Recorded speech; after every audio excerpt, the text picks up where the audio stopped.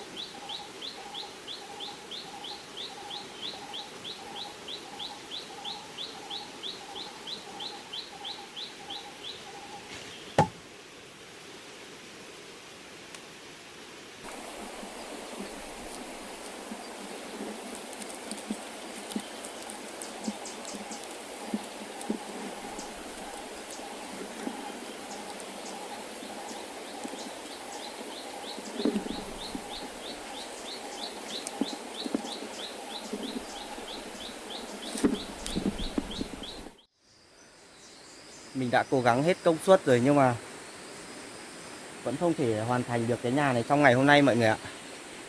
Bây giờ thì mặt trời cũng sắp xuống núi rồi ấy. Khả năng là mình phải lên trên rừng kiếm lấy một ít đồ ăn cho tối nay. Tiện thể là chặt lấy một ít cái lá cọ ấy, để mình che lên trên cái mái này, để đêm nay mình qua đêm ở dưới này. Bây giờ thì lên trên rừng kiếm chút đồ ăn thôi, không tối nay không có gì ăn đâu.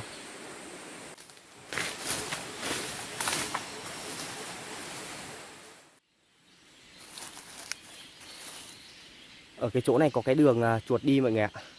Đây này, nó đi từ cái búi bên kia quăng quăng ra chỗ này sang xuống đâu bên này này, là cái bẫy đó mọi người nhá.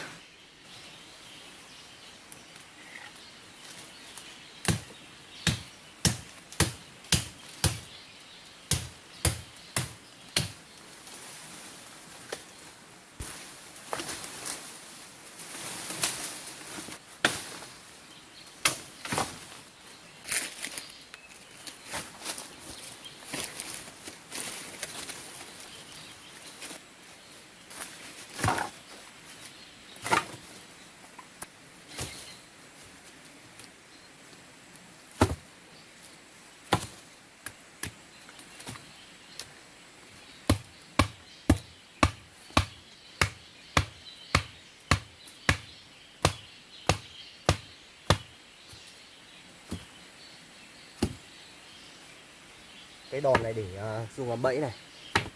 Cái cây này thì được ghim bởi một cái móc ở đây.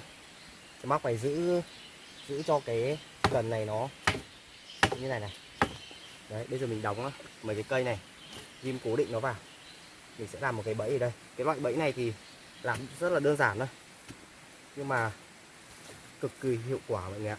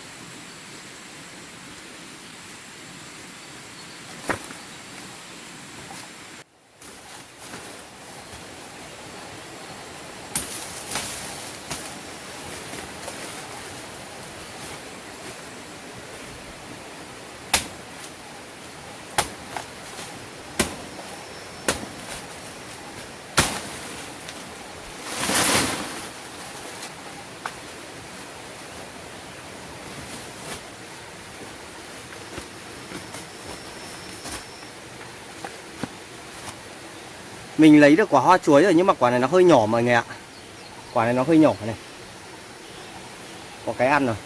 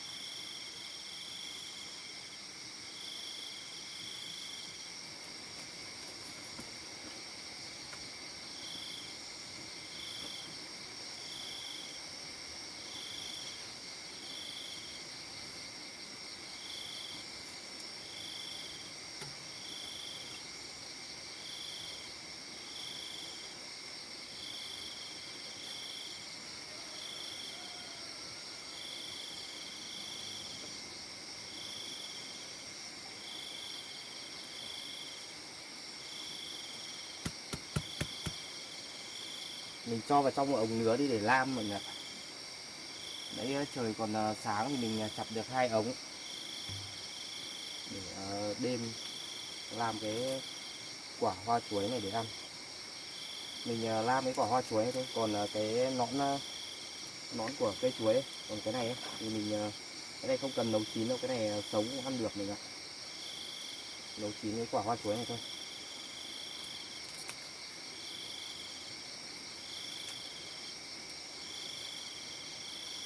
Mình làm vào 2 ống đi.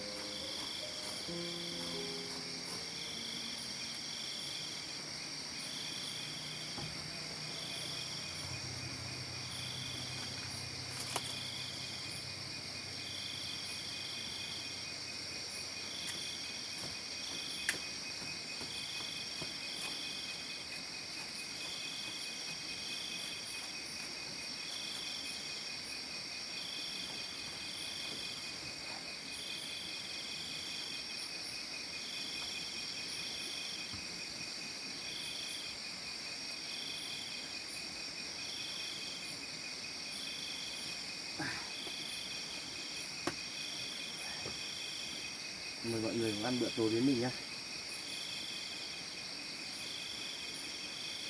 Cả ngày hoạt động mệt mỏi, đói lắm rồi. Đấy, tất cả mọi người nhé.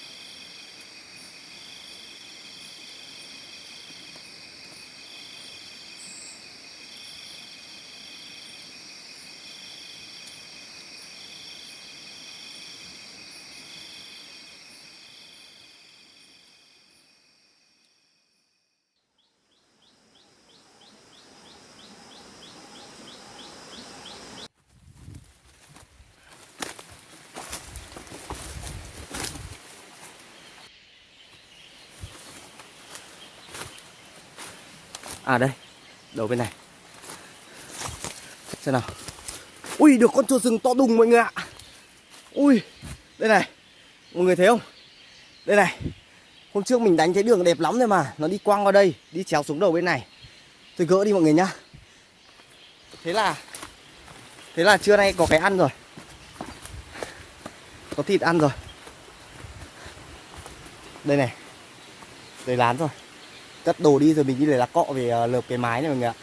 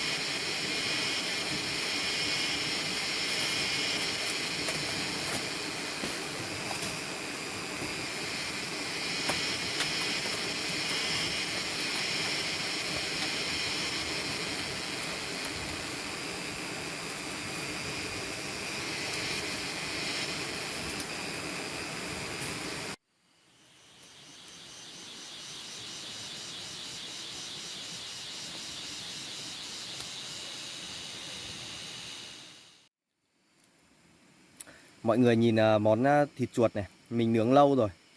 Nhưng mà thịt nó kiểu nó béo ấy, con này nhiều mỡ lắm. Này mọi người nhìn này, mình xé lấy cái phần đùi nó ăn trước mọi người nhá.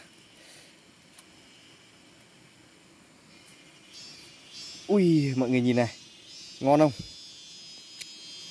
Cái này mà có thêm một chút gia vị muối ớt, hạt dổi, mắc khén thì quá là tuyệt vời luôn mọi người ạ. Mời mọi người nhá.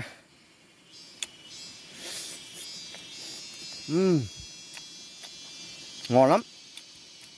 Con to thế là thịt nó rất là ngọt, rất là béo.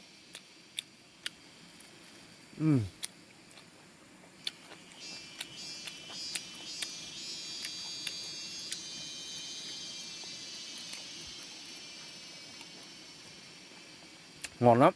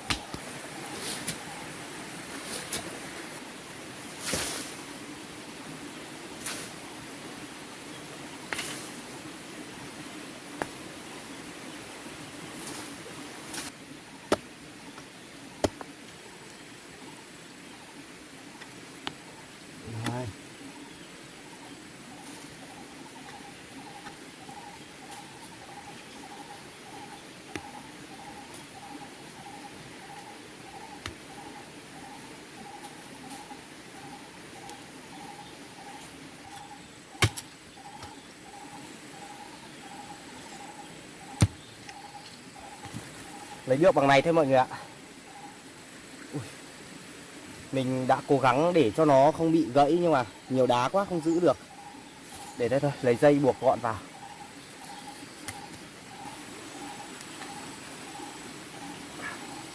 Buộc vào cái dây như này đi cho nó gọn.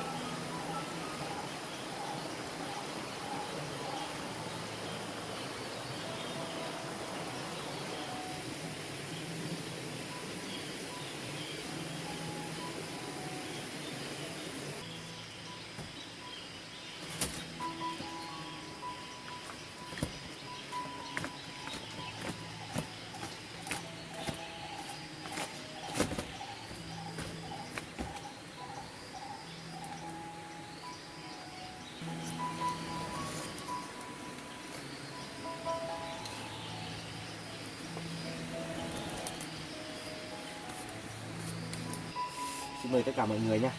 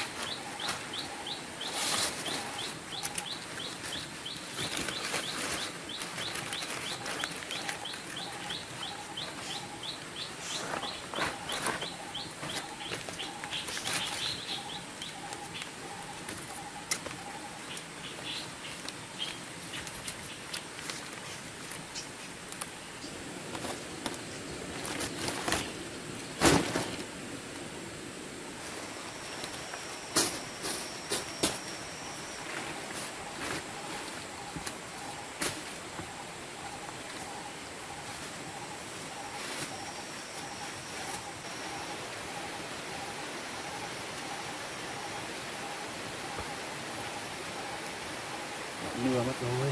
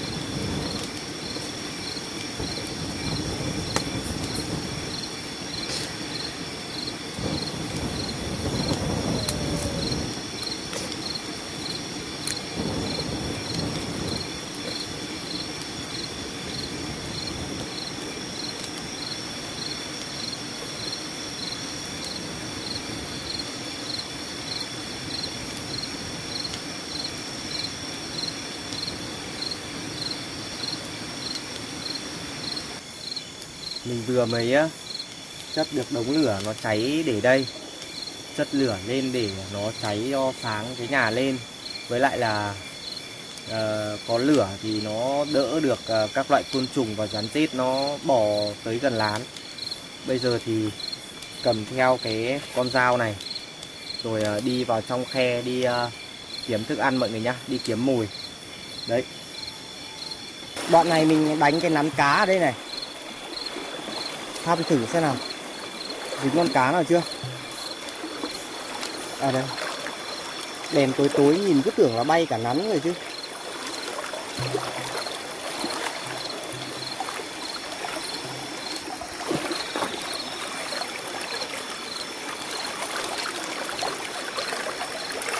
Ui.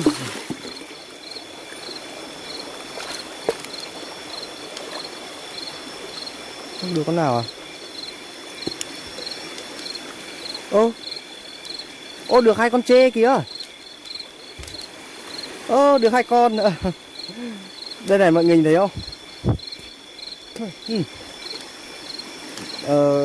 Bươm bướm bay cả vào mồm. Cái 2 con cá trê ở dưới kìa, dưới đáy ấy. Cho lên trên bờ đi.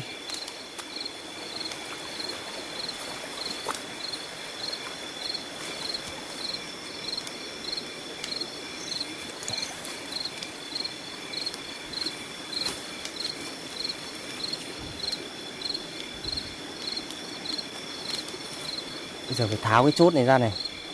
Tháo cái chốt này ra mới bắt được nó.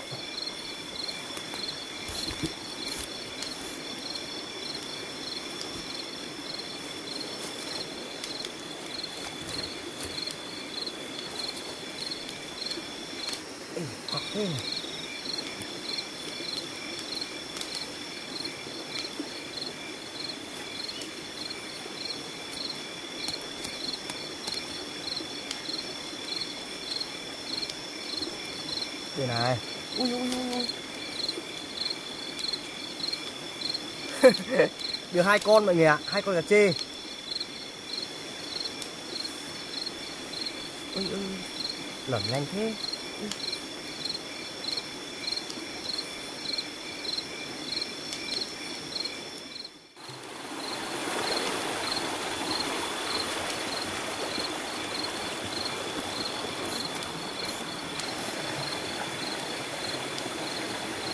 Có một con cua to lắm, nó thấy mình đến nó sợ, nó chui trong cái viên đá to này này. Tuần thử viên đá này lên xem bắt được không. Cái ống này đây đã.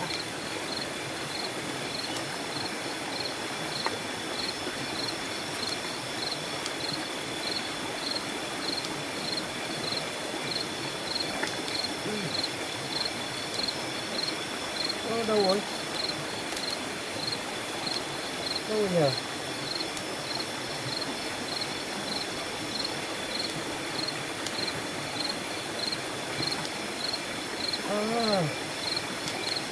Đây. Cứ tưởng là không bắt được chứ đây này. To chưa? Có một cái loại cua đá khác nhưng mà nó không giống như loại này đâu. Nó cũng gọi là cua đá nhưng mà nó to bằng này cơ. To gần như kiểu to bằng cái bát con ấy. Nhưng mà con này cũng là cua đá nhưng mà loại này nó bé thôi. Loại này cái con nào mà to tầm này là to lắm rồi đấy. Cho vào trong ống đi.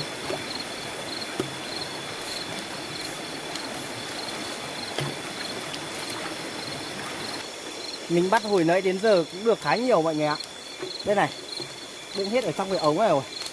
Mình tắt máy quay đi để mình tập trung dùng đèn soi bắt cho nó dễ. Không mình vừa quay rồi mình vừa đi bắt lại phải quay nữa, nó không quay thì nó không được rõ vì thiếu sáng, mà mình bắt thì nó cũng khó nữa. Nên là mình soi bắt cho nó nhanh, không sợ khuya mất. Đây này, để hết trong này rồi. Bây giờ đi về chế biến để ăn thôi mọi người ạ. Ở đây mình nhìn thấy có một ít cái lá chua này này. Hái lấy một ít lá chua này để đem về nấu với cá.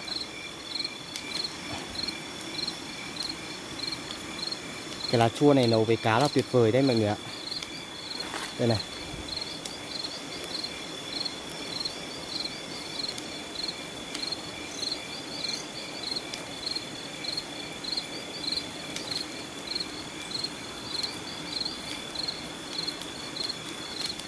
Cũng không có nhiều lắm, mình hái được một nắm nhỏ này mọi người ạ. Đây này, lấy cái này về nấu với cá ăn cho ngon. Cái này thì chua lắm, nấu với cá thì hợp. Giờ đi về thôi. Ui, làm tối om này. Tối om như không có người ở ấy. Bếp tắt hết rồi.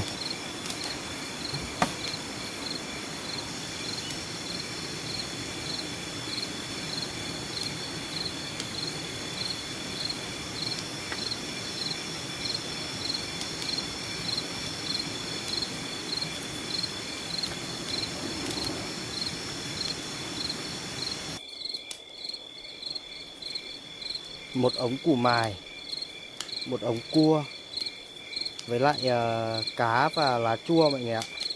3 ống.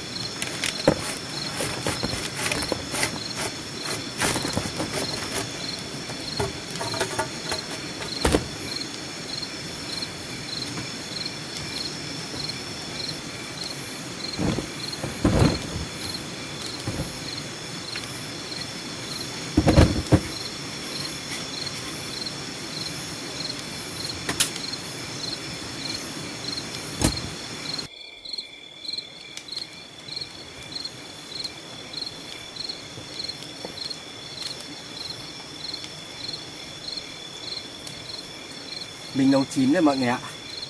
Xin mời tất cả mọi người cùng ăn với mình nhá. Mình đói lắm rồi. Ăn miếng cá này trước đi.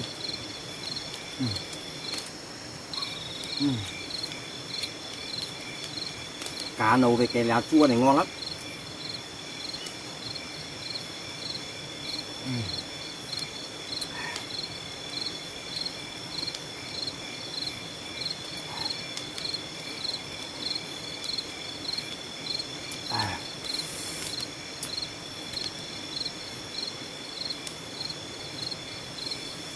Đây này, cá chê chấm muối ớt. Xin mời tất cả mọi người nha.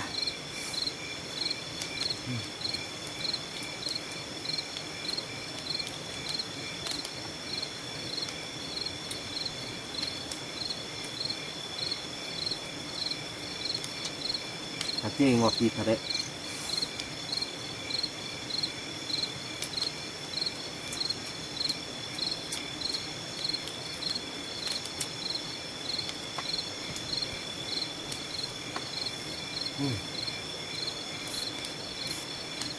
Ngọt quá.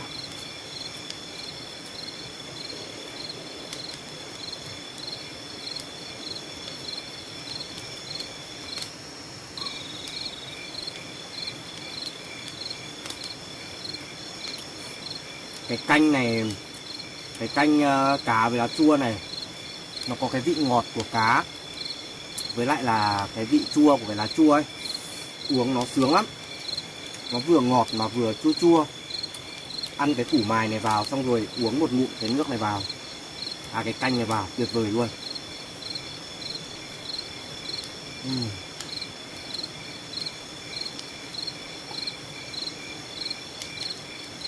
Ngon. Mình vừa mới gắp một miếng, có cả thịt này lẫn cả trứng này này. Đấy, chấm với muối ớt ăn một miếng mọi người nhá. Đây này, ngon chưa? Xin mời tất cả mọi người nhá.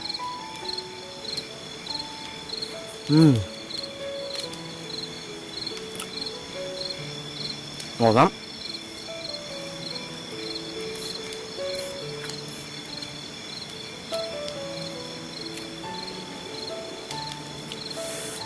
Xem miếng cua nào, màu đẹp đấy mọi người nhỉ.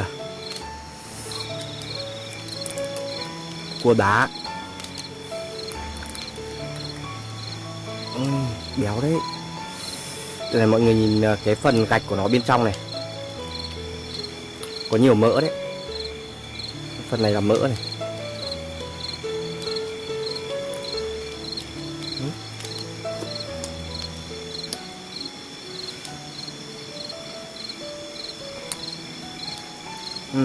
Mỡ này nó ngọt. Mỡ này.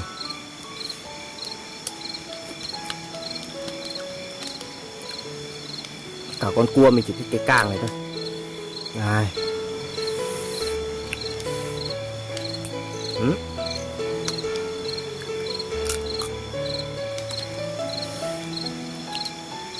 Đây.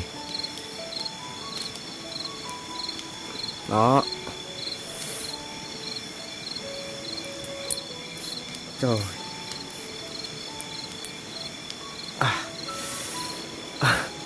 Cái càng của nó bên trong có thịt này. Ngon chưa? Chấm ớt. Xin mời mọi người nha.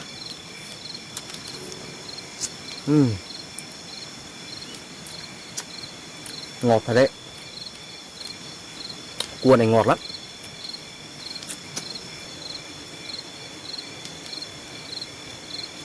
Tuyệt vời. Ngọt quá.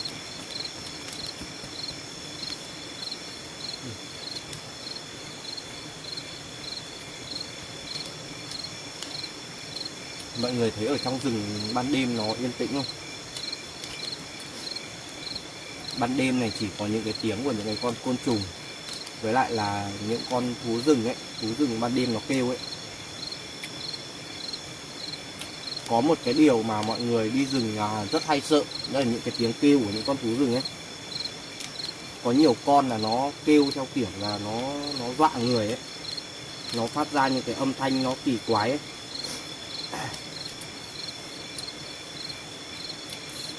Nhưng mà không phải đâu, đấy là tiếng con thú rừng nó kêu rồi. Ăn cái cá này ngon.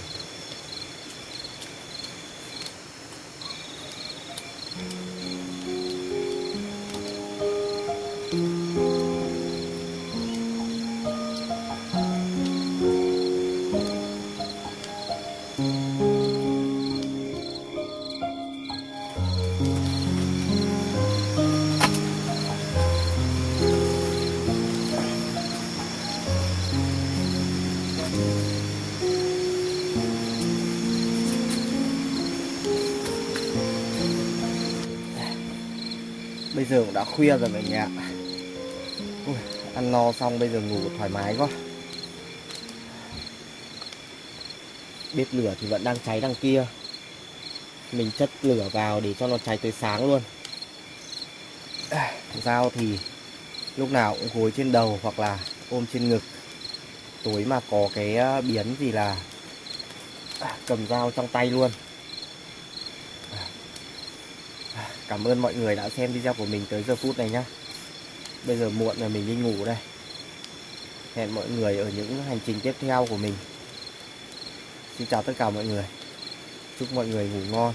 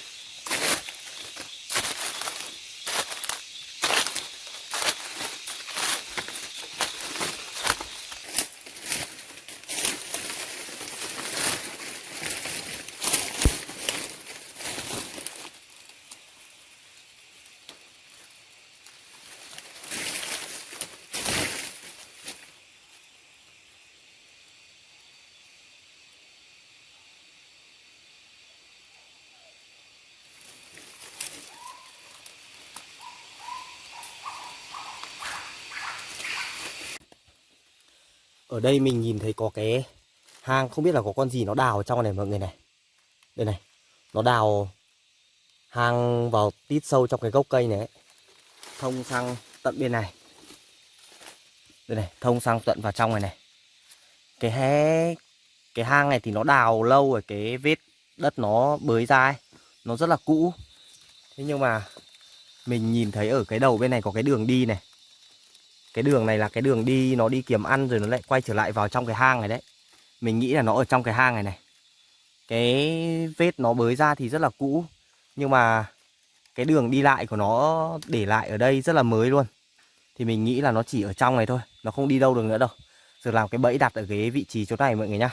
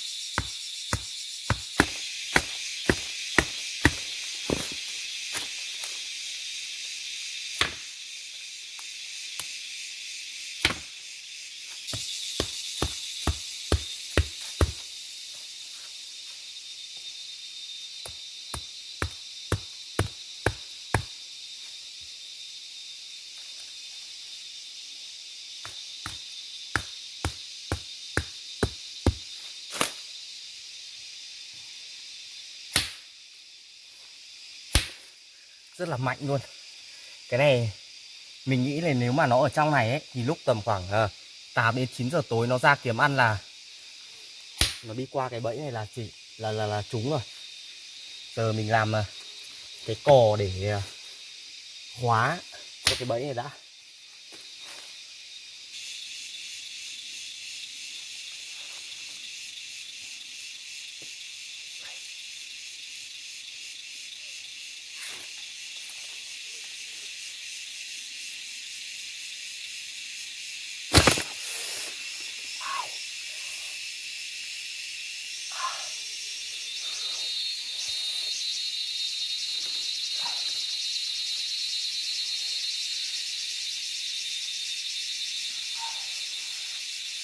Bị nó không may bị nó sập vào tay mọi người ạ. Đau quá. Cũng may là nó không kẹp chính diện luôn vào cái móng tay, nó chỉ bị một tí thôi, ở đầu ngón tay thôi. Nên cẩn thận hơn một tí nữa.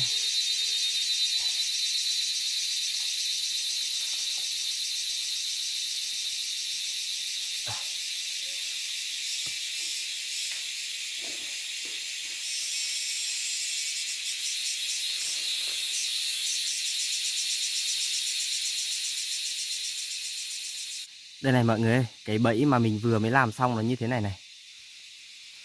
Ở phía đầu bên trên này là cái lẫy mà mình làm cái cò ấy. Đây này. Mình vót mắc nó như thế này. Mọi người nhìn thấy không? Đây này, phía bên dưới này là có một cái thanh cần nhỏ cây ngang ở đây. Ở phía chỗ này ấy là mình làm một cái vót ở cái cây nhỏ này xuống một cái khuyết ở đây. Để lúc lên ấy là mình cho vào mắc vào cái cây dọc dọc này, cái cần dọc dọc này. Đấy, khi nào mà cái con chuột nó đi qua nó dẫm vào cái cây ngang này thì cái lẫy cái cò chỗ này nó bị tuột ra. Tuột ra là hai cái cần này nó bị bắn lên trên này. Nó tuột ra là nó bị bắn lên ngược lên trên này. Và cái cây đà to này, cái cần to này nó sẽ đập xuống đất và đè cái con chuột ở đây là được mọi người ạ.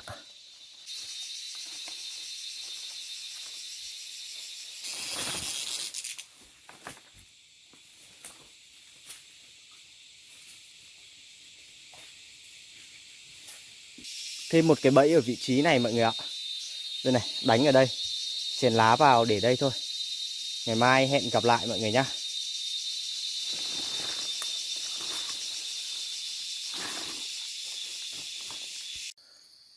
Hôm nay mình tính là làm thêm một cái lán nho nhỏ để trú ẩn qua đêm, nhưng mà không kịp rồi mọi người ạ. Tập trung đánh được mấy cái bẫy thì trời nó tối mất rồi. Tối nay là mình không có chỗ để ở.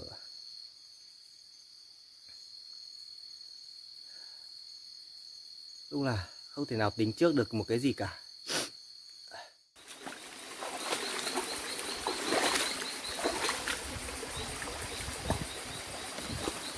Nước ở trong rừng lạnh thật đấy. Ở ban đêm lạnh lắm.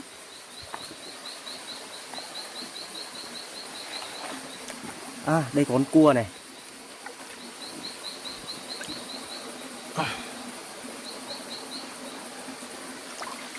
Khi ở trong rừng đang đói thì những cái con cua này, một con. Cái này sẽ là thức ăn của mình đấy.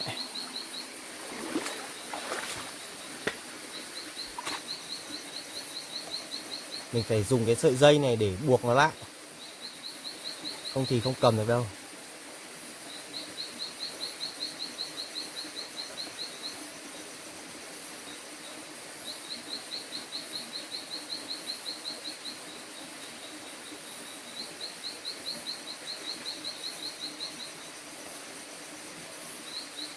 Ở trong rừng này kiếm đồ ăn khó lắm.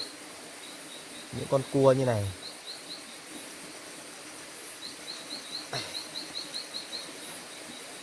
Không bắt không được. Không bắt thì không còn gì để ăn nữa đâu. Đấy, buộc vào như này, xách theo.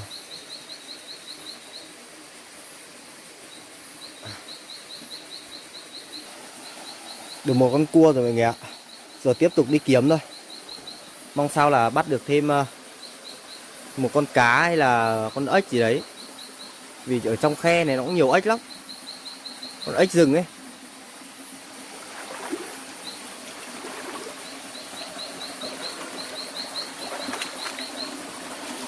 Ban đêm nước ở trong khe nó lạnh muốn buốt chân luôn đấy. Mình lội ướt hết giày rồi. Lội thế này thôi mà.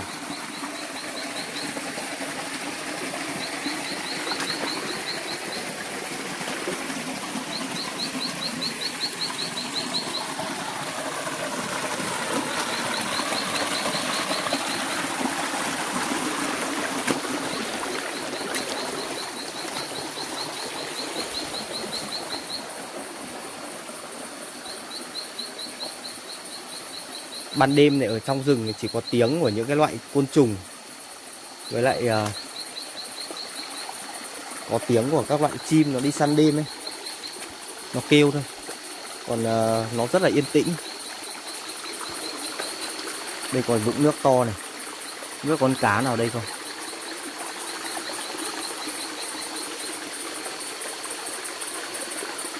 Cái đèn này tối quá soi không rõ lắm.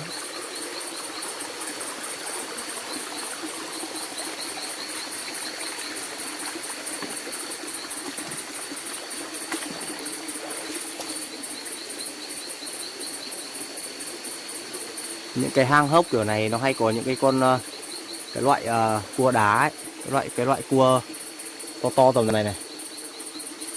Có cái loại to như này nó hay ở những cái hang hốc kiểu kia kìa. Nó hay đào hang vào trong cái đấy, chỗ đấy đi. Mình cũng không chắc là có bắt được loại đấy không. Nhưng mà cứ gặp là con gì ăn được là lấy mọi người nhá. Con này bé này cũng lấy thôi.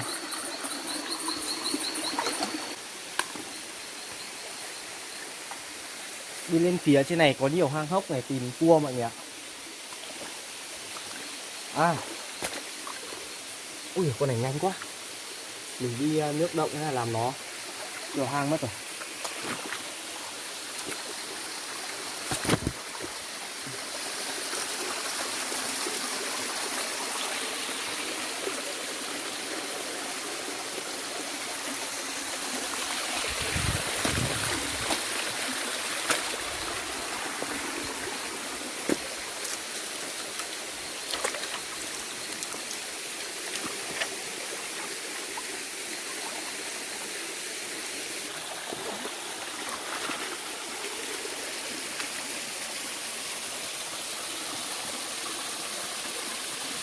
Ui, dưới này có cá này. Nhưng mà nước chảy xiết quá. Xiết này mình không nhìn thấy được. À, đây có con cua này. Ui dồi ôi, con cua to luôn mọi người ạ. Đây này, cái cua đá nó phải chính xác là phải cái loại này này. Tí nữa còn không nhìn thấy. Đây này mọi người này.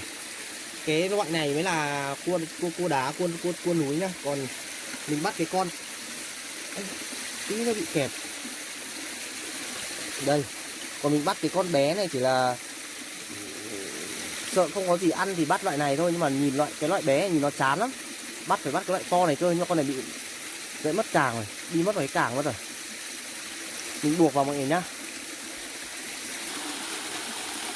2 con rồi. Cố gắng bắt lấy nhiều để ăn mọi người nhá. Rồi tiếp tục đi thôi. Cái cua to này thì nó thường hay ở những cái chỗ nào hốc đá cơ. Còn những cái chỗ không có hốc đá, nó không có chỗ ở ấy. Không có chỗ để ở thì nó không có đâu.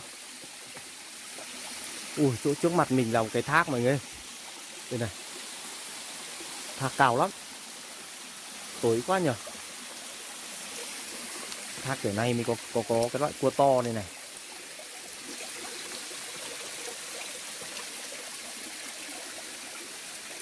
Ô, dưới này có cái con gì này, con nòng nọc này.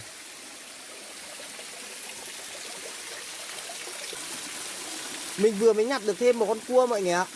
Mà con này chết mất rồi. Con này không biết sao nó chết, nó ở đây này. À, có khi là Có khi là nó bị rơi thác đây này cũng nên này. Cái thác này cao lắm, ở tít tận trên kia kìa. Có khi là nó đi kiếm ăn nhưng mà nó kiểu gì nó rơi ở đây thôi. Đây nó đấy, mình thấy nó nằm ngửa bụng đấy mà. Chết mất rồi, nhưng mà con này có khi là mới chết đấy. Con này nó không hôi đâu. Mang qua bên này xem nào.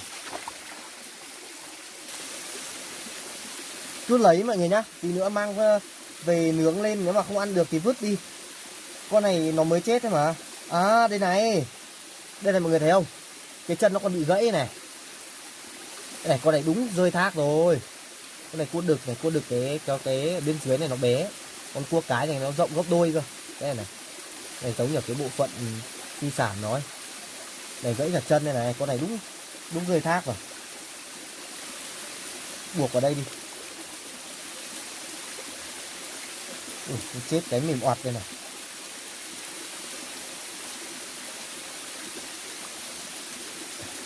Đấy, đang được ít.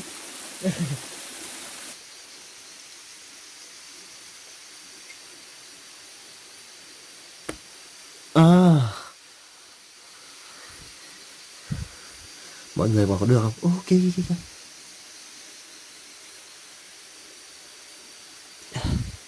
Bữa tối của mình đấy.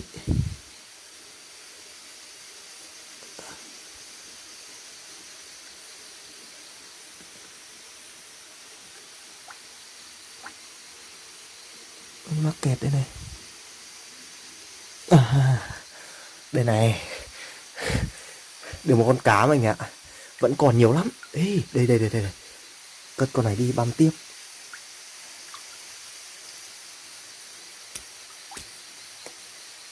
Phải làm như thế nó mới chắc ăn. Không tí nữa nó rơi là mình mất ăn đấy.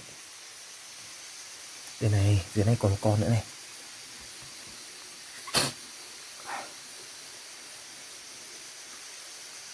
Nhỉ. Không lấy nét được cho mọi người xem. Ôi đừng có chạy. Chạy đâu rồi? À đây.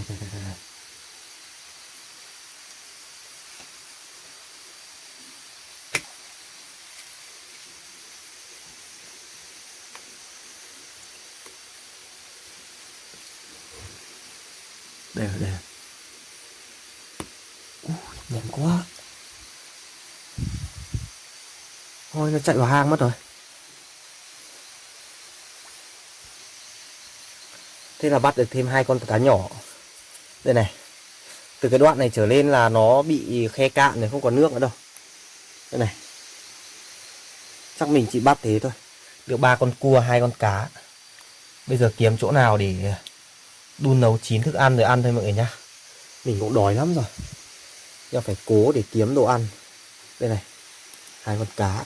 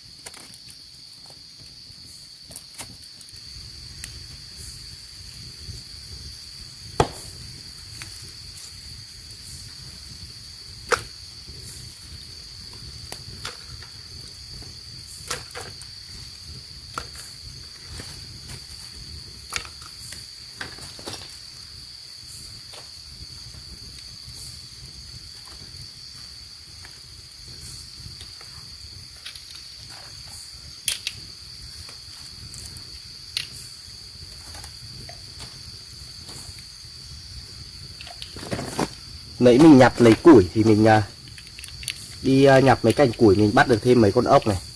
Đây này, mấy con ốc rừng ấy, to lắm. Nếu mà trong bếp đi, trong đợi chín thì lôi ra ăn.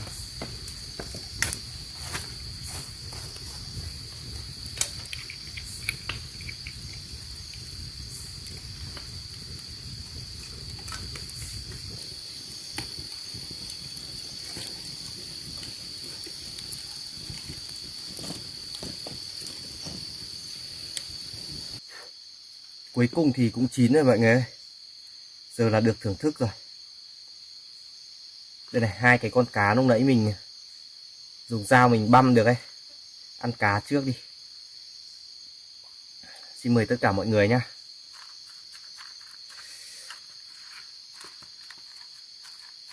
Chấm ớt thật cay à, ăn cho nó ấm người. Xin mời tất cả mọi người nhá. Mình ngồi ăn luôn ở cái khe cạn mọi người ạ.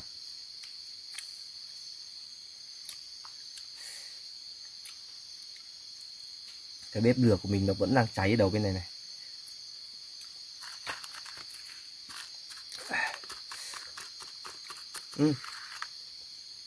Quên mất. Ăn ớt cay cay mình nhớ cái này.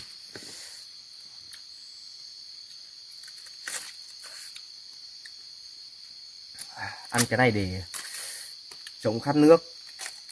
Ớt cay đấy.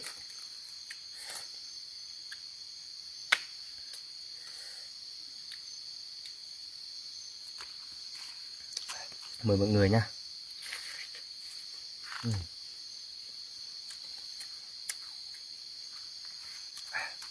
Cái nón chuối này, nếu mà ăn nguyên nọn chuối này không thì không ngon đâu, phải chấm với muối ớt nó mới hợp mọi người ạ. Cay lắm.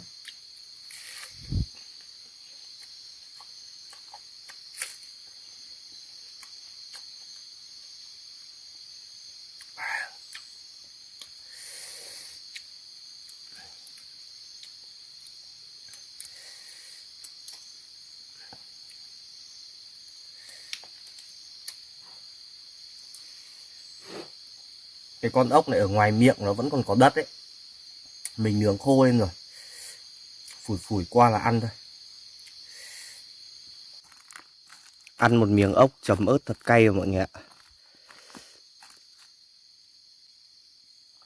Xin mời tất cả mọi người nha.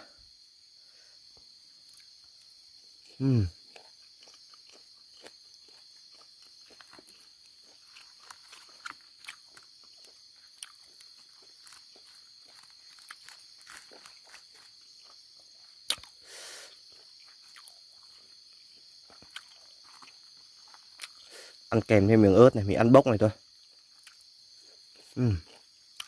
Ngon.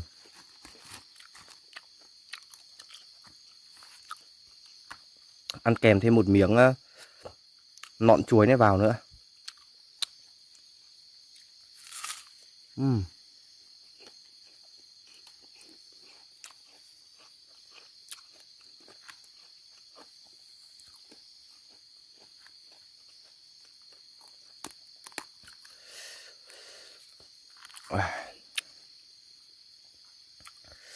Mọi người nhìn bên trong cái con cua này.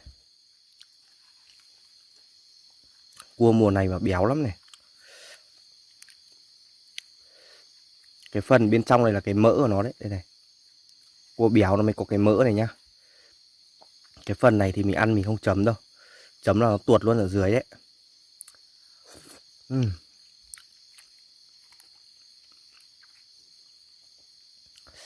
Vì cái này nó ngọt mà. Mời tất cả mọi người nha.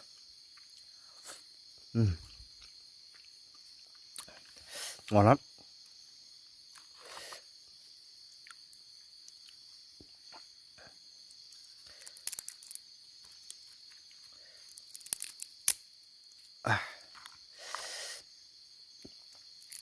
Giờ mình ăn cái phần thân của con cua này. Mọi người nhìn này. Rất là béo đấy. Chấm với muối ớt.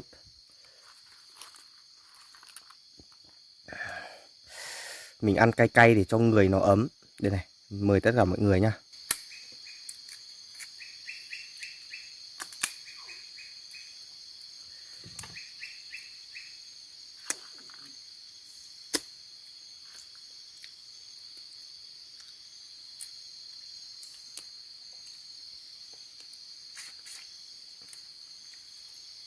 Ngon quá. Cái phần ở bên trong cái chân này này nó cũng có thịt này. Mình ăn hết chứ không bỏ sót đâu.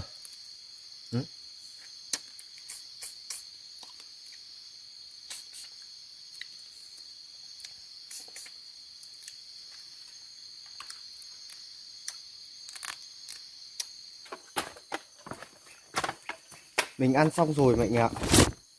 Đang ăn thì trời gió nó ù.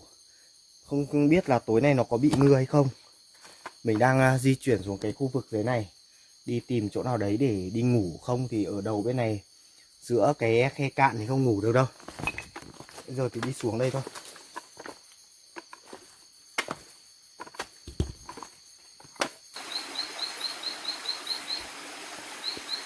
Mọi người có nhìn thấy cái gì ở phía dưới không? Mình để cái gùi dưới kìa. Thật sự thì giờ cũng không biết phải làm nào nữa. Ở dưới thì mình sợ rắn rết. Mình cũng đã xem nhiều cái chương trình sinh tồn ở trên tivi rồi.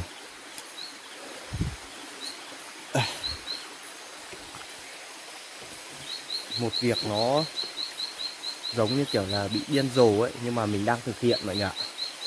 Trèo lên cây để ở mọi người ạ. Mình tìm thấy một cái cây ở cạnh cái bờ khe ấy. Ở bờ khe là nó rất là đỡ muỗi, nó không giống như ở trên rừng cây đâu. Trên rừng cây thì nó có nhiều muỗi hơn. Còn ở dưới bờ khe này thì nước nó lạnh ấy, cho nên là nó đỡ được muỗi phần nào. Mình đang trèo lên cái cây này và định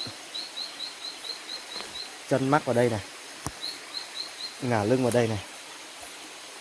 Mọi người thấy không? Mình nằm ở đây thôi chứ chắc mình cũng không dám ngủ say đâu.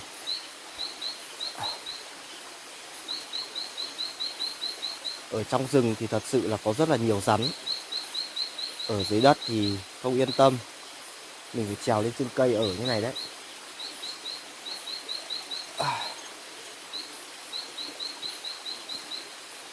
Không biết như nào nữa. Mong là mọi chuyện sẽ ổn.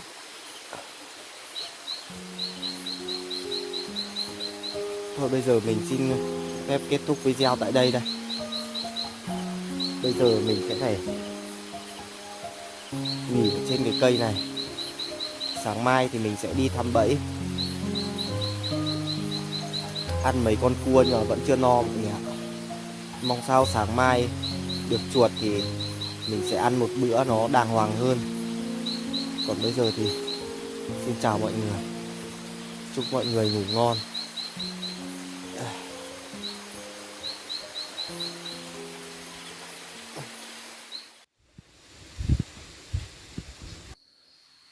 Xin chào tất cả mọi người. Tối hôm qua trời nó gió đến tận sáng nay mọi người ạ. Sáng nay thì trời nó gió với lại là trời tối sầm lại. Mùa này là mùa mưa bão mà.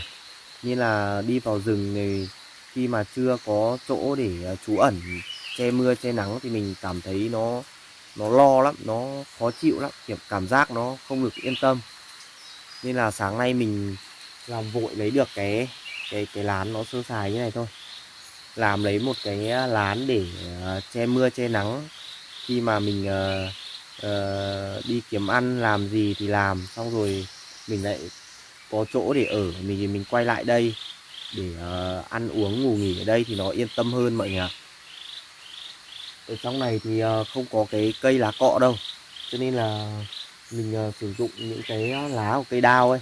Lá của cây đao này mình đem về mình đan lại rồi mình xếp lên làm mái này, cũng che mưa rất là tốt.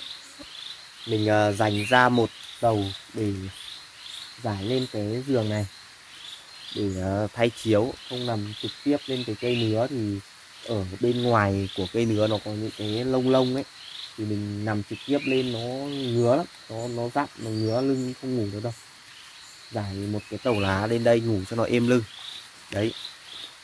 Còn chốc nữa đi thăm bẫy về được hay là không được thì mình cũng đi kiếm thêm một chút thức ăn nữa, xong rồi về mình nấu nướng ở phía đằng bên này. Mình sẽ làm một cái bếp ở đây.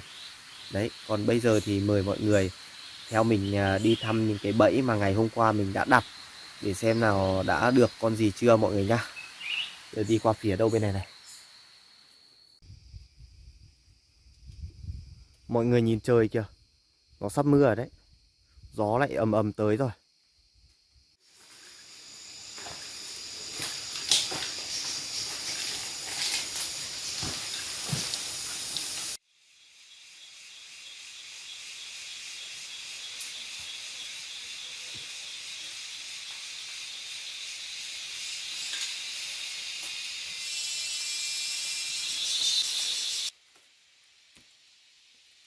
Quả vả đất mọi người ạ. Đây này, mình hái được một nắm như này rồi. Cái quả này là cái loại mềm ấy. Cái loại hôm trước mình nói là cái loại cứng đây này. Đi đến hôm nay mình mới gặp được cái loại mềm. Nó mọc ở trên mặt đất nhiều lắm. Mình vừa mới gọt ra này mọi người này. Nhìn ngon chưa? Xin mời tất cả mọi người nhá.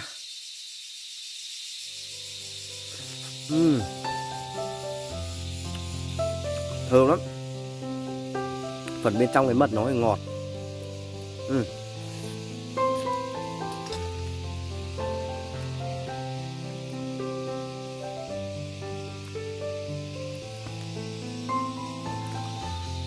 Ăn một quả thôi.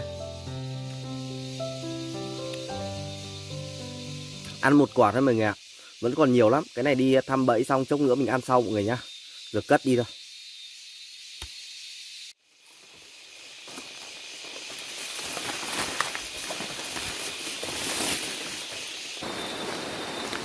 Dở thật chứ.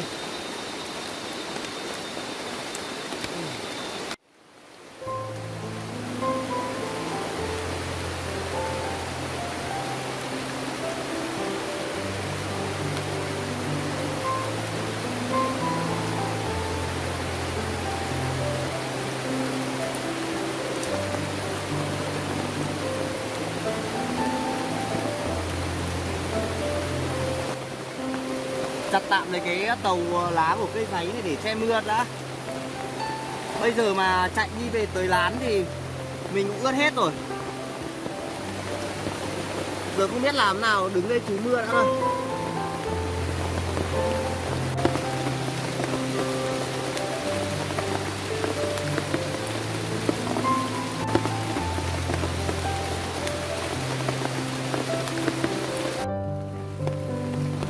Nó ngớt ngớt hơn một tí rồi mọi người ạ. Lại tiếp tục cơ. Không chờ nó tạnh hẳn thì còn lâu lắm. Ôi.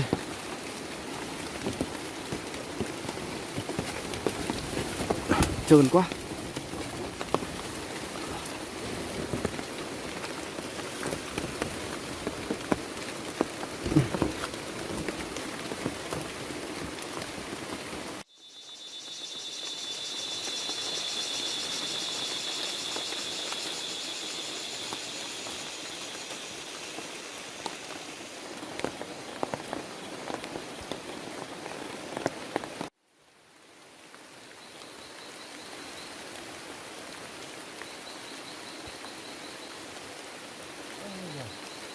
Cái này sập rồi nhưng mà lại không được nhá.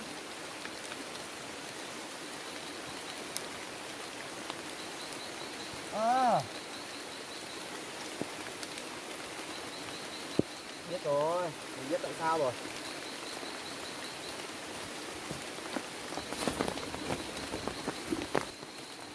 Cái bẫy này của mình sập rồi nhưng mà lại không được mọi người ạ. Không phải là nó sập không phải là nó khắc sập đâu, mà là cái con chuột này nó to quá.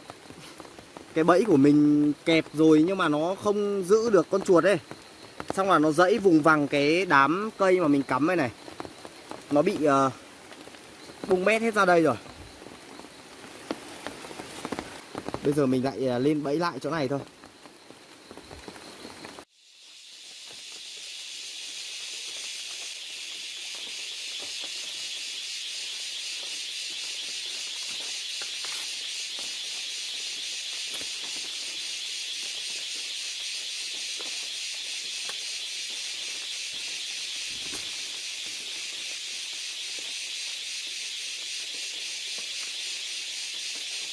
Cái này vẫn chưa được mọi người ạ. Để đây thôi.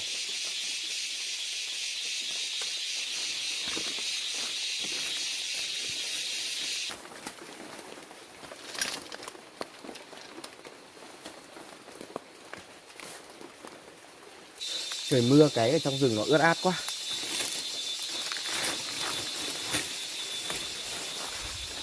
Quần áo đi quệt vào mấy cái lá cây này ướt hết rồi.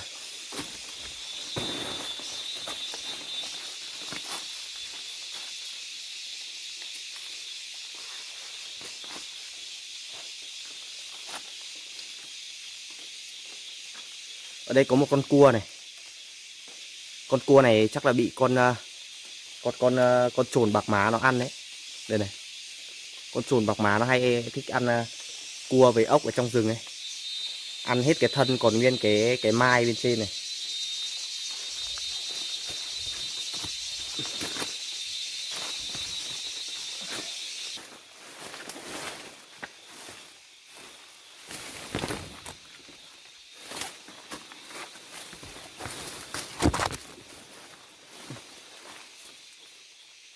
Có đi đường nào về nhỉ?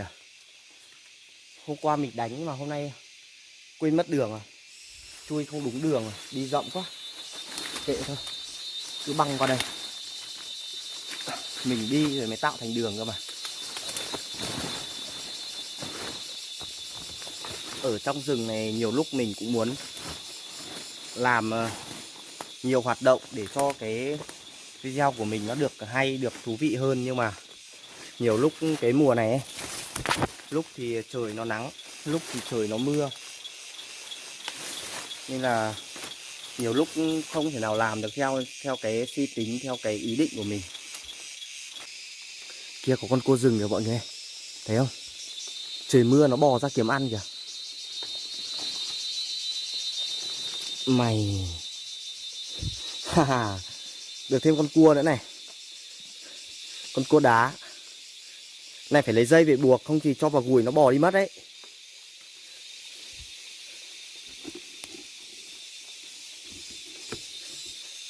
Được thêm con cua nó êm rồi mọi người ạ. Mình phải kiếm cái dây buộc qua cái kẽ chân của con cua này đi, không thì cho vào gùi thì nó bò đi mất ngay. Kiếm cái dây ấy.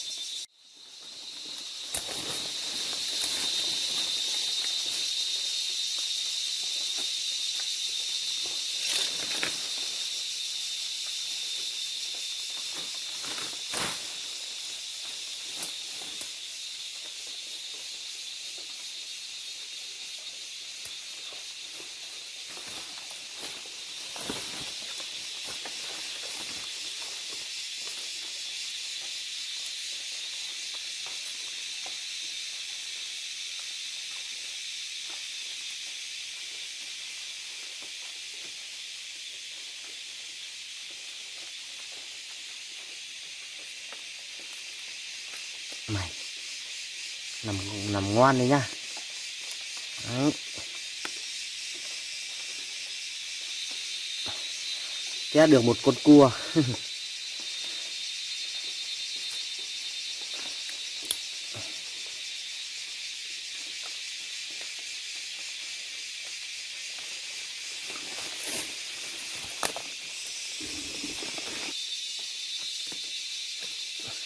Bỏ sau gùi này đi mọi người ạ. Phải buộc cái dây vào, không buộc dây vào nó chạy ngay. Rồi tiếp tục đi thăm bẫy thôi. Một con ốc rừng này, to chưa?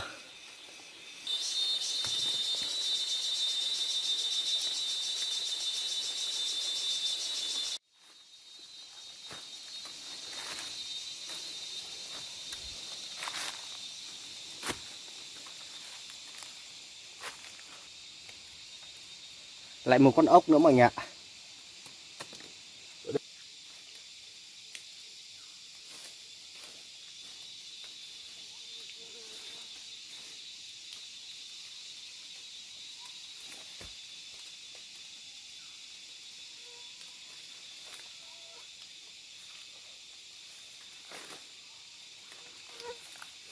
Ở cái khu vực này có rất là nhiều cái con ốc rừng này luôn này. Nhưng mà mình chỉ bắt đủ cái nhu cầu của mình thôi. Bằng này là đủ rồi đấy. Còn mấy con nữa mình đút đằng sau gùi này.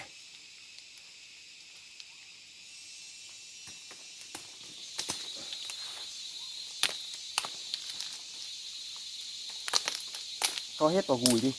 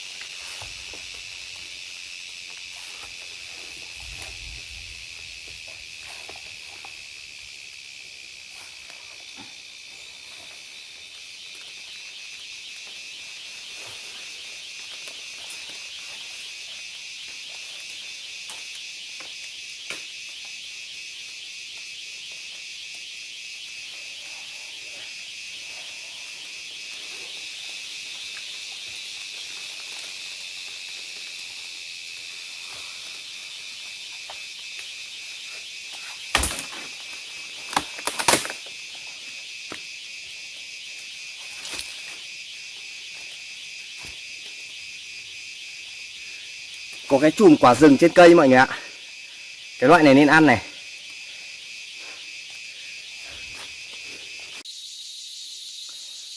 Cái quả này mình cũng không biết là gọi là tên của nó là quả gì nữa. Chỉ biết là quả này nên ăn thôi. Vặt thử một quả ra ăn mọi người nhá.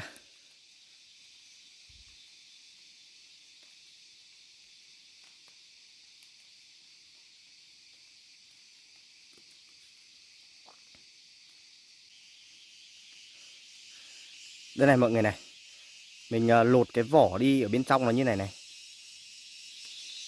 Cái quả này ăn thì ngọt. Xin mời tất cả mọi người nhá.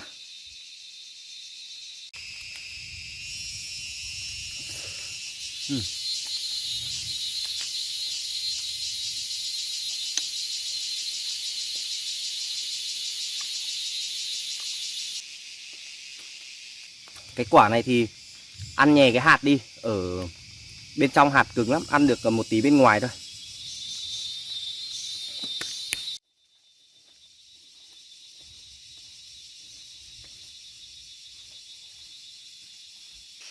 Mình kiếm được khá nhiều cua với lại ốc để đằng sau gùi mọi người ạ.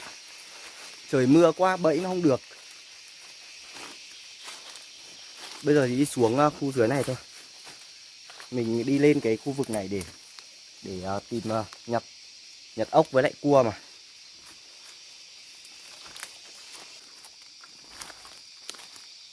Ui, tuyệt vời quá mọi người ạ.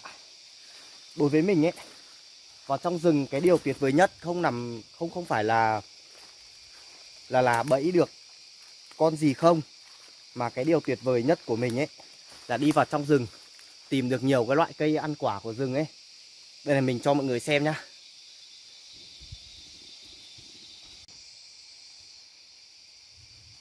Đây này mọi người thấy chưa?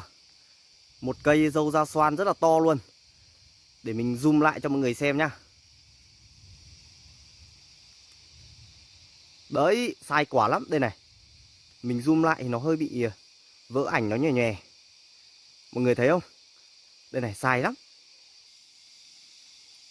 Cây dâu da to quá. Nó ở cao cho nên là chắc là phải chặt lấy một cái cành cây để ném lên thì nó rụng được quả nào thì ăn quả đấy mọi người ạ. Không thì không trèo đâu. Cây này nó quá to luôn. Kìa, sai quả cực kỳ luôn.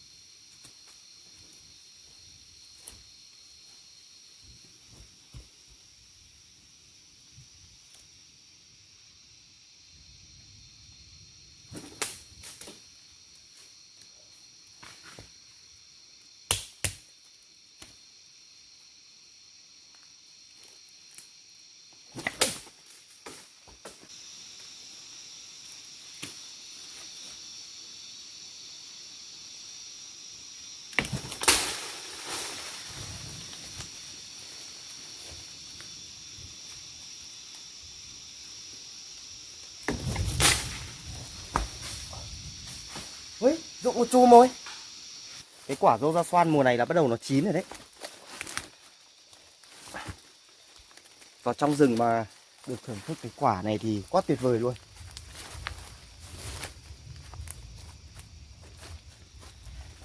Đâu rồi nhỉ?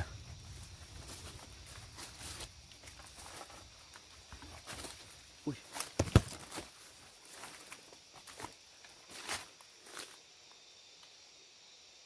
Ôi nhỉ.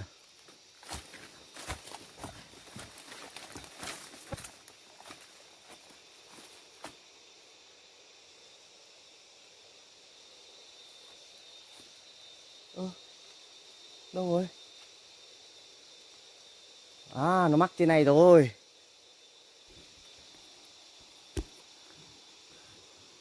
Ở đâu nhỉ? Vừa nhìn thấy lại đâu mất rồi. À đây, đây, đây, đây.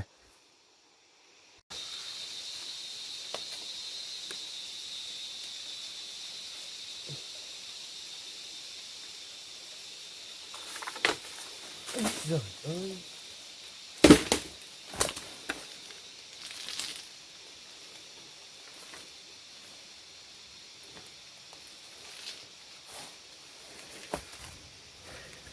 Ngon rồi mọi người ạ. Đây này, chùm quả dâu da xoan đây này. Đây này mọi người ơi, cái chùm quả dâu da xoan mình vừa mới lấy được đây này. Cái chùm này là quả nó còn xanh ấy, quả nó chưa chín đâu. Khi nào nó chín thì quả nó đỏ như này cơ. Đây này. Nào quả nó chín thì nó đỏ này, quả này mình nhặt ở dưới gốc ấy. Cái quả đỏ này là cái quả xanh này nó rụng xuống rồi lâu ngày nó chín này. Thưởng thức một quả mọi người nhá. Xin mời tất cả mọi người nhá.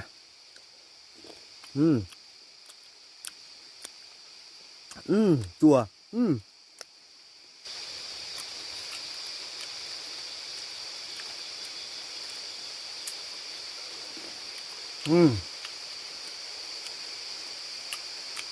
Chua nhưng mà ngon mọi người ạ. Thơm lắm.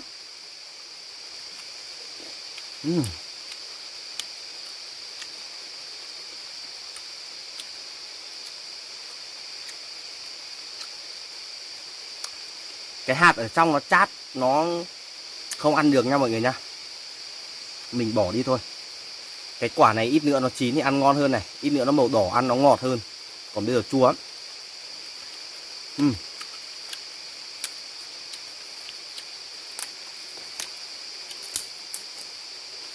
Một chùm. Lại bỏ vào trong gùi này.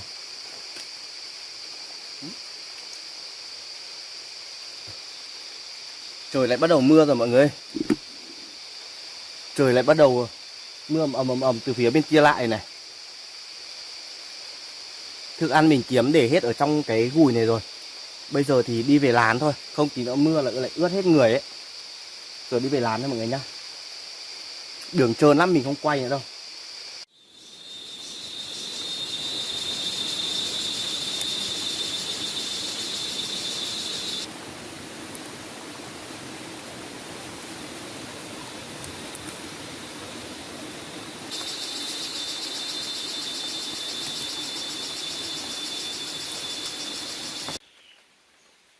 Hồi nãy tới giờ thì mình về tới lán rồi mọi người ạ. Hái được một bó rau dớn rất là to luôn. Đây này. Rất là nhiều. Cái rau dớn này thì mọc ở bờ khe có nhiều lắm. Chùm dâu da xoan của mình. Cái này thì để chốc nữa mình làm muối ớt lên chấm lên ăn mọi người nhá. Còn bên này nữa này. Đây.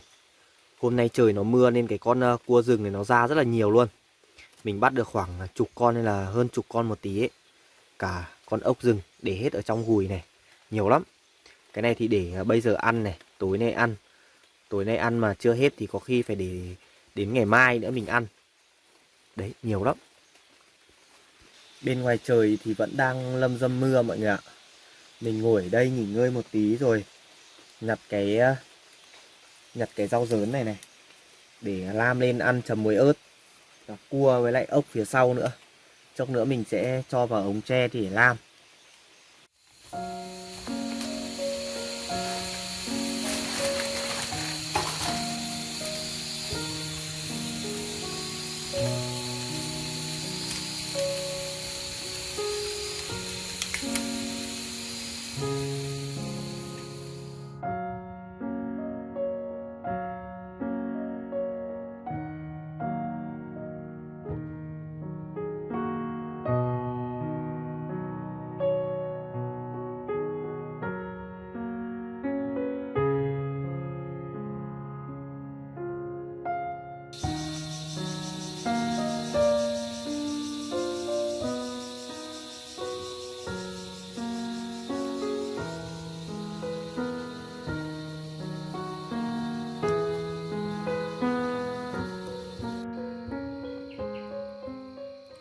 Cuối cùng thì cũng chín hết rồi mọi người ạ.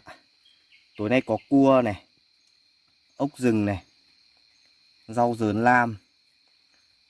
Hôm nay có thêm cả quả dâu da xoan nữa. Cái này chấm muối ớt thì ăn ngon lắm. Cái này là một ít cái quả vả đất. Đấy, mình gọt ra để đây. Đây là muối ớt của mình. Mời tất cả mọi người cùng ăn tối với mình nhá. Mình ăn một miếng ốc đầu tiên, chấm muối ớt.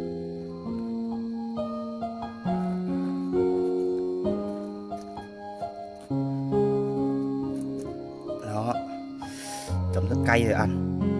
Xin mời tất cả mọi người nhá.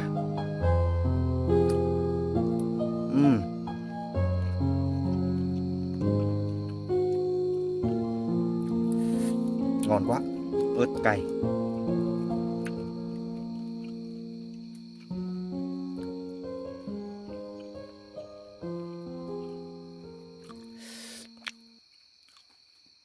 Rau dớn.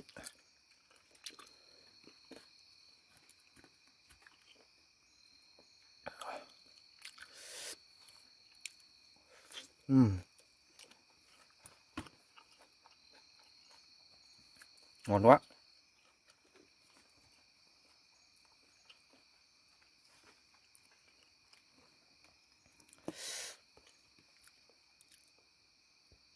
Ăn thêm cái quả này vào để không bị ngán này.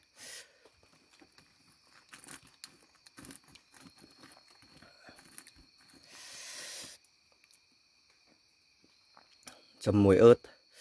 Cô lấy miếng ớt mà nó không dính được ớt đây chứ. Mời tất cả mọi người nha.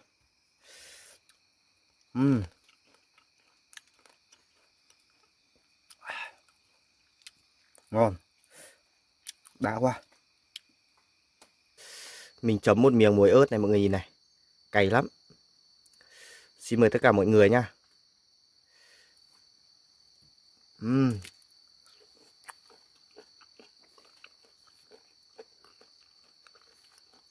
Ngon quá. Ớt cay. Còn đây là cái phần thân của nó này. Nhiều mỡ chưa? Này, bóc cái mỡ đi ăn.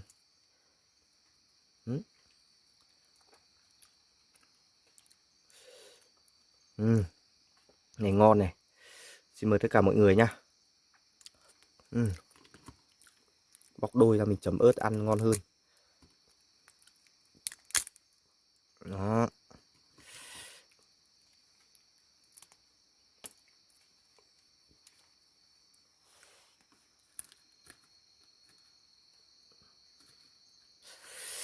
Này, mình ăn một miếng, mình chấm một miếng ớt nó như này. Xin mời tất cả mọi người nha. Là một miếng.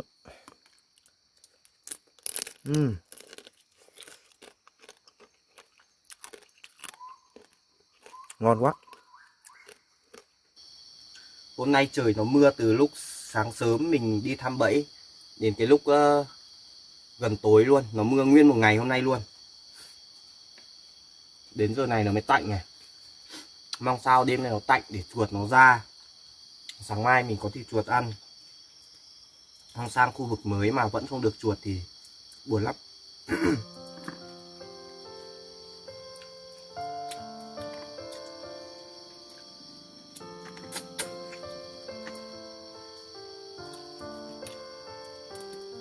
Cái cua này bẻ cái chân nó ra này, mút cái thịt ở phía bên trong chân này này, giống như mút ốc ấy. Ở trong này cũng có thịt mà. Bẻ hai đầu này rồi mút một đầu là ra.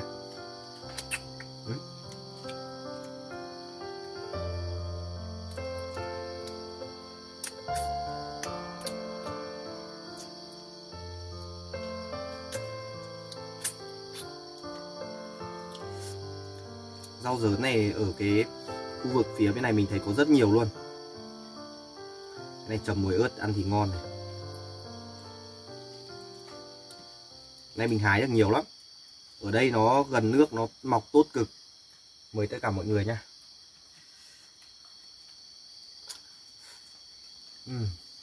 Ngon quá. Vẫn còn nhiều thức ăn lắm. Mình sẽ cố gắng ăn hết cái số thức ăn này để lấy sức. Không thì mệt lắm, không có sức đâu. Cố gắng ăn nhiều nhiều chút.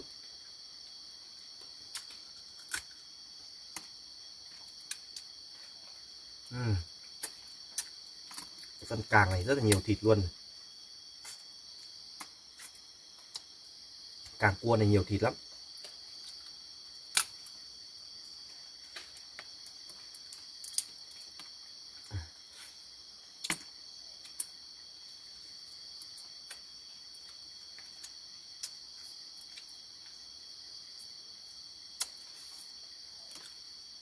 Một mình ăn hết cái đống này là no đấy. Nhiều mà.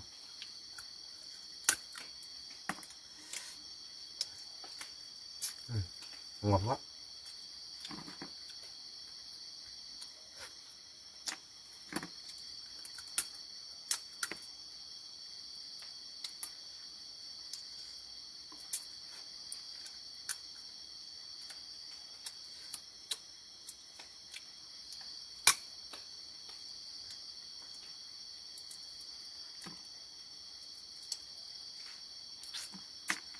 Ở trong rừng ban đêm này, trông nữa mình ngủ ấy, mình phải đốt một cái đống lửa ở đây, rồi mình phủ một ít cái lá cây tươi vào, rồi mình quạt cho khói nó xông hết cái vách đá này với cái giường của mình. Lúc nó bị ám khói ấy, thì muỗi nó không dám tới đâu. Với lại là lúc mình ngủ mình vẫn để củi lửa cho nó cháy âm ỉ ở đây mà. Không, trong rừng này lúc đi ngủ không làm như thế thì không tránh được muỗi đâu. Sống ở trong rừng, cái lúc đi rừng đi kiếm thức ăn ấy, bị muỗi đốt thì lúc đấy là không tránh khỏi rồi. Nhưng mà cái lúc về lán thì mình ở một chỗ rồi thì phải hun khói để tránh muỗi.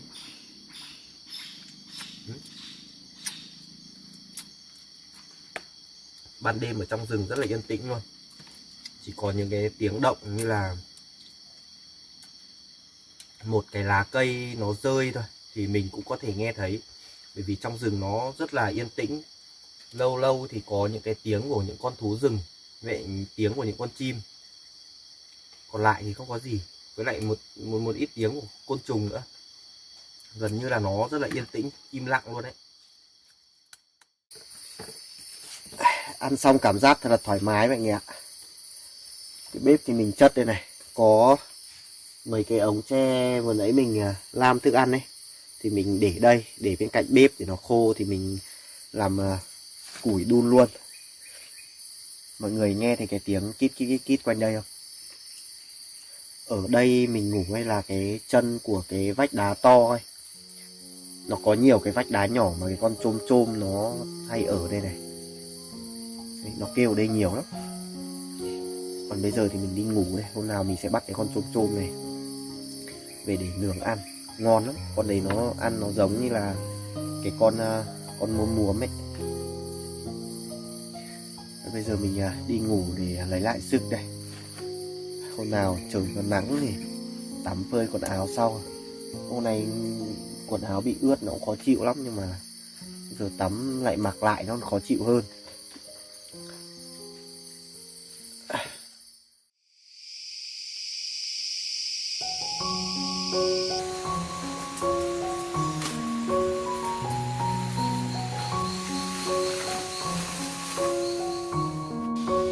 Xin chào tất cả mọi người. Chào mừng mọi người đã đến với tập tiếp theo trên kênh của mình. Hôm qua ở trong này trời nó mưa tầm mưa tã mọi người ạ. Nhưng mà rất may tới hôm nay thì trời đã tạnh mưa rồi, đã khô ráo hơn được một chút. Và cái công việc của mình lại bắt đầu như thường lệ. Đó là dành một chút thời gian để đi thăm lại những cái bẫy mà mình đã đặt, xem có dính cái con gì không. Nếu mà dính thì mình được ăn, còn nếu mà bẫy mà chưa được thì mình lại phải đi tìm những cái loại thức ăn khác. Còn bây giờ thì mời mọi người đi theo mình lên phía đằng sau lưng mình, đi lên khu vực đánh bẫy của mình ở ngay đầu bên trên này này, đi thăm bẫy mọi người nhá. Mình đi qua đây ngó thử cái cây ăn quả này lại thấy chín rồi mọi người ạ. Cái quả này, cái mùa này mưa nhiều, trời mưa nó chín nhanh lắm. Đấy, nó chín nó mềm này mà, đấy này. Nó mềm, nó mọng, nhìn mọng vòng, nhìn cái vỏ của nó mỏng đi này là chín rồi. Nhìn ngon lắm, mình hái lấy một ít để ăn đã mọi người nhá.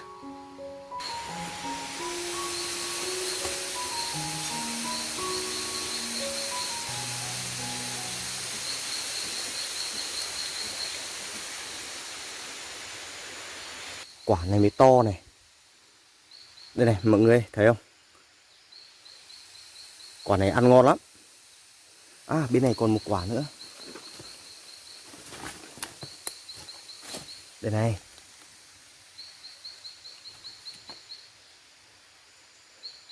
Ui, được mấy quả rồi. Gọt ăn đã. À trên này vẫn còn. Ui. Đây này. Nó bị con gì đùn đất lên đây. À, đây. Đấy, còn 2-3 quả này thì để cho nó chín hơn đã. Mình vừa mới ngồi ở đây mình gọt hết mấy cái quả này ra. Nhìn ngon chưa? Đây này. Xin mời tất cả mọi người nhá. Ui. Cái quả nó mềm mềm, bên trong nó nhiều mật lắm. Mọng mọng đây này. Ngon. Ăn cả quả này mới ngon mọi người ạ.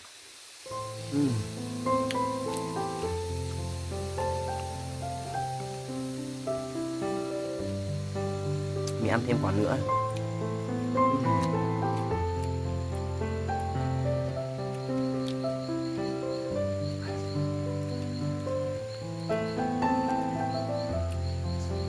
Đi vào trong rừng mùa này có nhiều loại hoa quả để ăn lắm. Cứ từ từ rồi mình đi kiếm, mình hái ăn dần mọi người ạ. Mình thích ăn cái quả này, quả nó ngọt. Bên trong nó có nhiều mật đây, nó ngọt, ăn ngon lắm.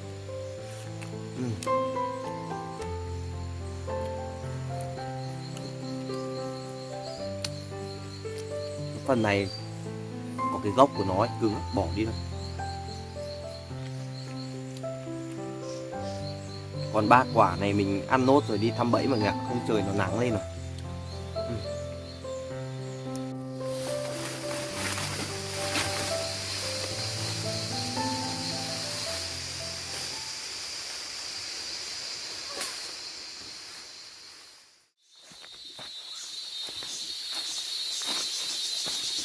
Ô, cái này không sập à? Cái bẫy này hôm trước nó bị một lần rồi, bây giờ nó sợ rồi mọi người ạ. Hôm trước sập một lần nhưng mà nó không được. Chắc là nó bị bẫy một lần cho nên là bây giờ nó chạy đi rồi, nó không còn ở đây nữa. Chỗ thì rất đẹp nhưng mà hôm trước nó sập một lần rồi cho nên nó khôn. Cái này đẹp thế này mà lại không được chứ. Cứ để đây thôi. Hôm nào mình mang cái bẫy này mình đi đặt ở chỗ khác. Chứ cái chỗ này, cái con chuột này nó bị một lần nó khôn rồi, nó không ở đây nữa đâu. Nó chạy đi ở chỗ khác rồi. Giờ đi lên phía trên này đi thăm cái khác thôi.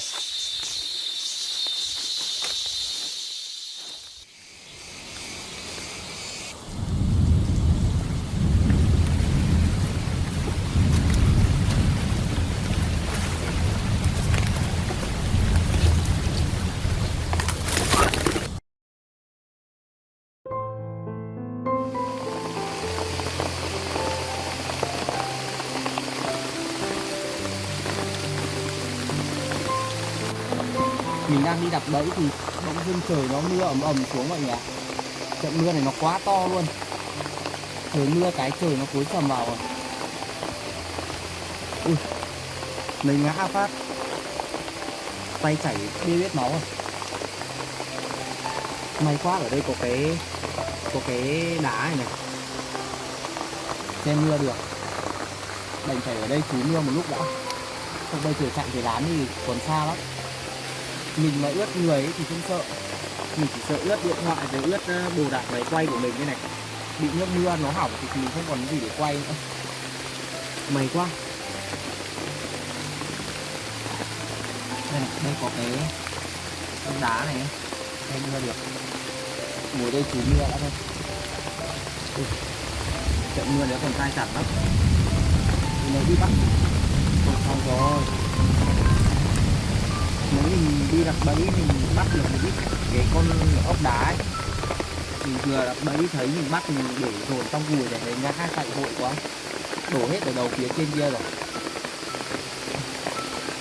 Khó khăn đấy.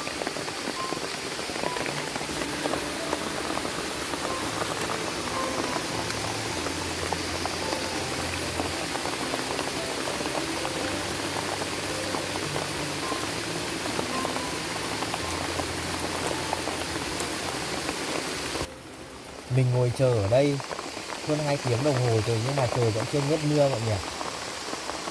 Bên ngoài vẫn đang mưa ầm ầm này. Bây giờ muốn ra bên ngoài kiếm ăn được thì trời nó phải tạnh mưa. Không mình cầm điện thoại theo soi bị nước mưa nó hỏng ngay. Phải tiếp tục chờ thôi. Chờ khi nào tạnh mưa thì đi kiếm ăn sau.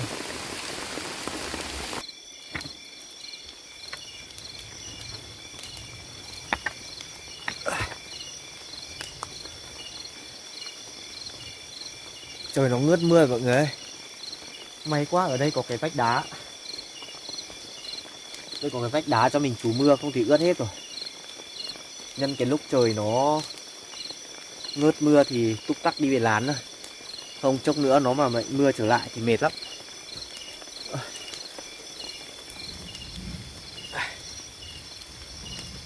Giờ đi về lán thôi. Trời lại mưa xuống rồi. Vẫn chưa thể nào tạnh được.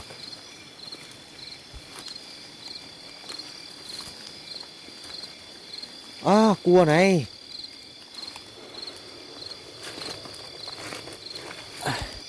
Đây này, ban đêm ở trong rừng cái cua này nó ra nhiều lắm. Trời mưa này nó mới ra nhiều thôi, trời nắng thì nó không ra đâu. Đây này, cái này thì cho vào gùi thôi, không buộc nữa. Quay cái gùi ra đằng trước này thì mình bỏ luôn vào. Con nào mà lên mình tay mình ấn xuống luôn. Càng về đêm sương nó càng xuống nhiều. Mù mịt hết rồi. Không nhìn thấy gì rồi. À, đây có con ốc này. Ui.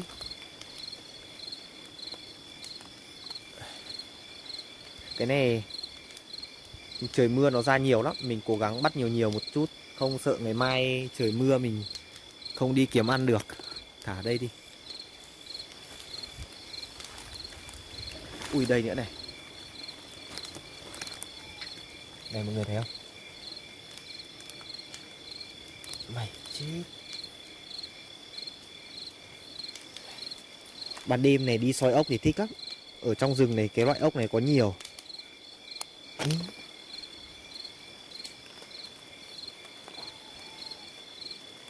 Đằng nào thì mưa cũng mưa rồi, muộn cũng muộn. Cố gắng soi bắt lấy nhiều nhiều đồ ăn. Thật sự thì ban ngày chỉ đi thăm bẫy được thôi. Còn thức ăn ban đêm đi kiếm mới được nhiều ấy. Không ban ngày không có gì để ăn đâu. Trời nó sương mù dày đặc quá. Mình quay cái hình ảnh nó mờ ấy. Mọi người xem thông cảm giúp mình với nhá. Cứ đi loanh quanh này, gặp cua thì bắt cua, gặp ốc thì bắt ốc. Bắt được nhiều cũng thích đấy. Cái khu này bên dưới chân tảng đá này đẹp này. Lên đây đi. Đây này. Hàng nóng Mọi người thấy không? Mày. Ui, hàng thế. Một em cua vàng. To nhỉ. To trong này hết. Cái chân vách đá cả này này là trời mưa nó đi kiếm ăn ấy, cho nó cứ đi men theo cái vách đá này. Mình đi soi theo cái vách đá này là hay được lắm. Đây có nhiều cái cây lá chua chưa? Nhưng mà mình không có gì để nấu cùng.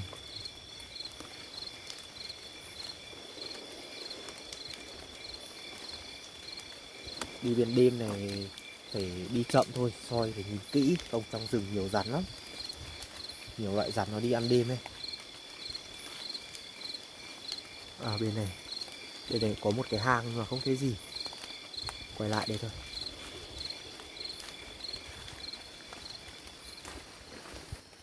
Qua phía bên này nó đỡ sương mù hơn rồi. Nhìn nó trong hơn rồi. Ở đầu bên kia sương mù nhiều quá. Dày đặc không nhìn thấy gì. Ui đây này. Mọi người thấy không? Đây này, nó đang tẩu thoát lên hang hay là đi đâu đây? Mày. Ô, con cua này bị mù mắt chứ. Đây này mọi người thấy không? Con này có đúng một mắt thôi. Ơ sao nó mù mắt được nhỉ? Đây này mọi người nhìn này, một bên có mắt sáng, một bên mù mắt rồi. Mất một mắt rồi. Cua mà cũng mù mắt nữa. Bắt hết. Cho vào đây đi. Không bắt thì không có cái ăn thì không được đâu. Một con nữa. Ốc rừng. Cho hết ở đây.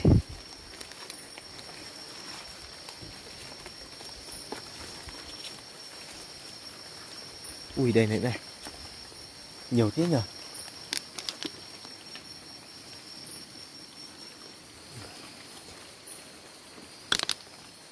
Ui, đi gặp thì cứ nhặt cho vào gùi thôi.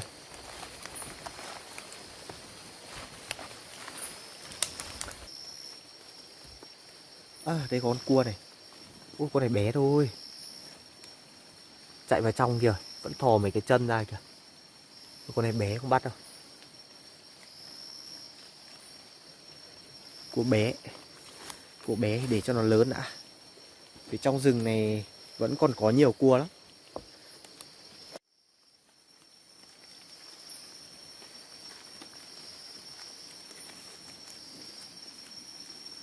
Nghênh ngang giữa đường này.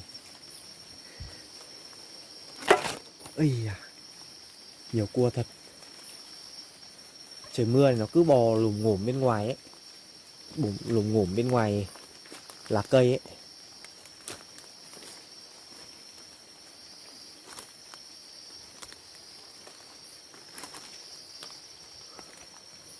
Hầu như là những cái hang cua này là nó không ở trong hang nữa rồi, mà là trời mưa xong rồi nó đi ra khỏi hang.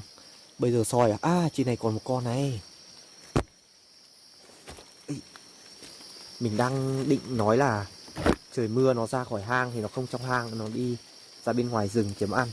Thế mà lại thấy luôn một con ở ngay trước cửa hang. Ê, mắc dây. Con này trong cửa hang đấy. Con này không bắt cẩn thận là nó tụt vào hang đấy. À đây này mọi người thấy không? Trong kìa. Quay đại nha. Đây này. Ui.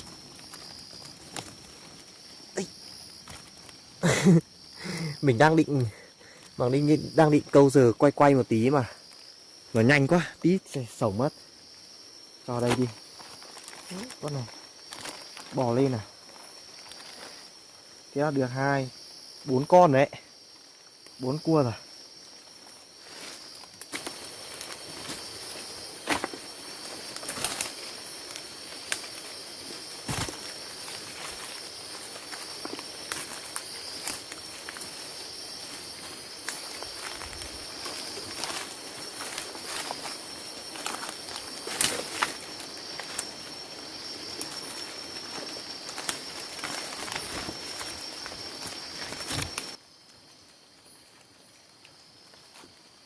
Phía đầu bên này có cái vách đá này.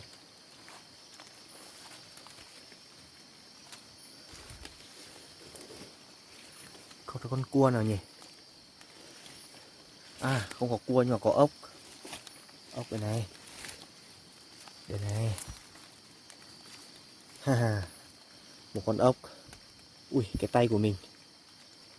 Cái tay của mình lúc nãy bị cái con vắt đấy. Con vắt nó cắn nhưng mà nó rụng lúc nào mình không biết rồi. Nó vẫn chảy máu. Cho đây đi.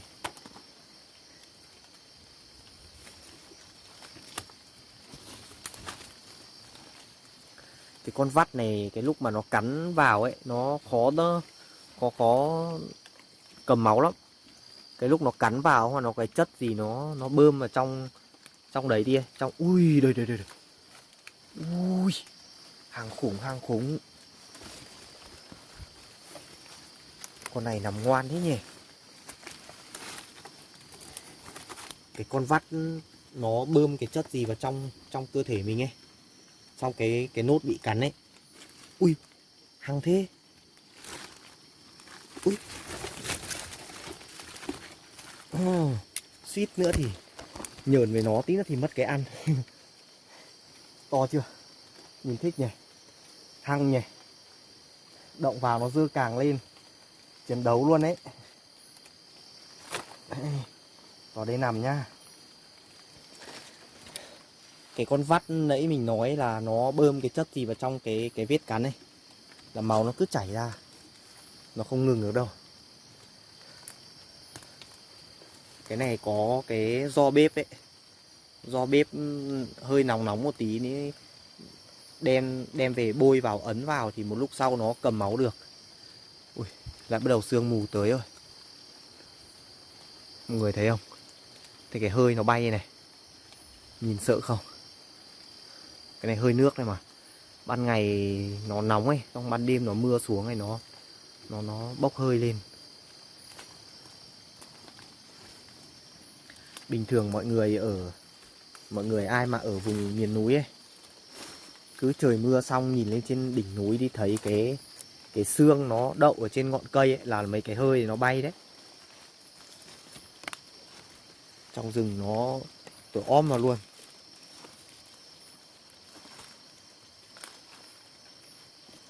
Đây, phía xa xa mình thấy một con ốc này. Ui, nó có một tí sương mờ cho nên là điện thoại mình quay nó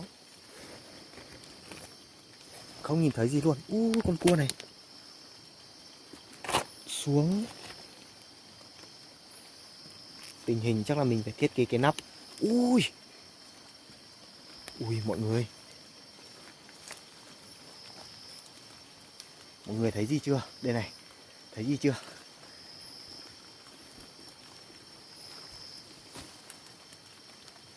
Ui, cái lá han.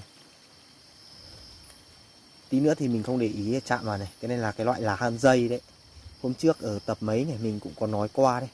Loại này, đốt người đấy.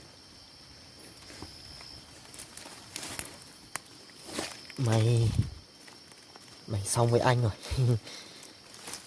Lại thêm một con cua nữa. Ui, nhiều cua thế nhỉ. Bỏ ở đây đi. Bắt được nhiều cua thích thật đấy. Giờ này cũng đói rồi nhưng mà thấy nhiều cua quá, cứ mãi bắt.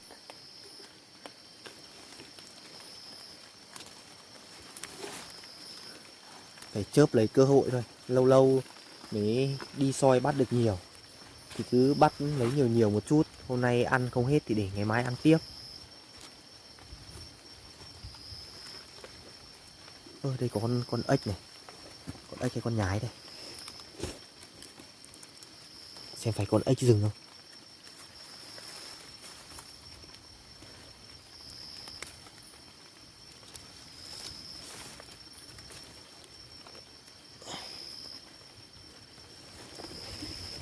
Đúng con ếch rừng thật. Nhà một con này thì tha cho nó thôi, mình bắt về để xem thôi. Hôm nay có cua có ốc nhiều rồi. Chạy đi. Ếch rừng này bắt được nhiều về ăn ngon lắm. Ăn thịt nó ngọt hơn ếch nhà nhiều. Ui, trời nó vẫn chớp đùng đùng trên trời ấy. Cái này chưa tạnh mưa được đâu.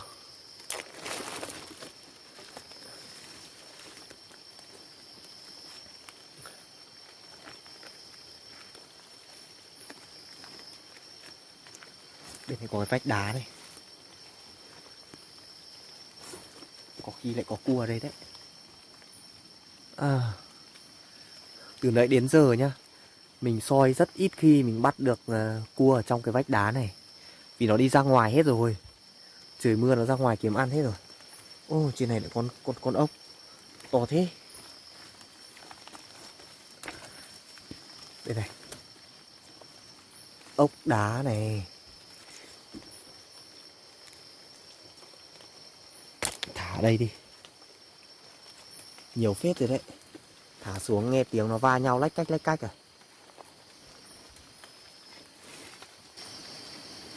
Ui, gió lại ầm ầm ở bên kia sang mọi người. Mình bắt đủ ăn rồi đấy. Ui, mình sợ gió to trong rừng này. Mưa thì không sợ nhưng mà gió to cái cành cây nó bị nước mưa nó nặng chĩu xuống rồi. Nhưng mà gió to là sợ cành cây gãy lắm. Giờ mình rút thôi. Đi xuống đường này tìm đường về lán thôi mọi người ạ. Không ở trong rừng trời gió to quá nguy hiểm lắm. Không bắt nữa đâu. Mắc nhiều thế này.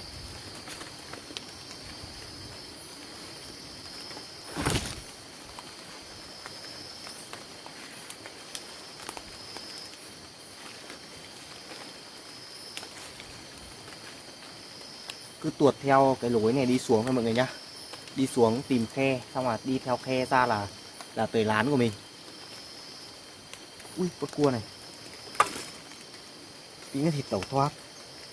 Được nhiều đấy, này. Đấy, cua cả ốc.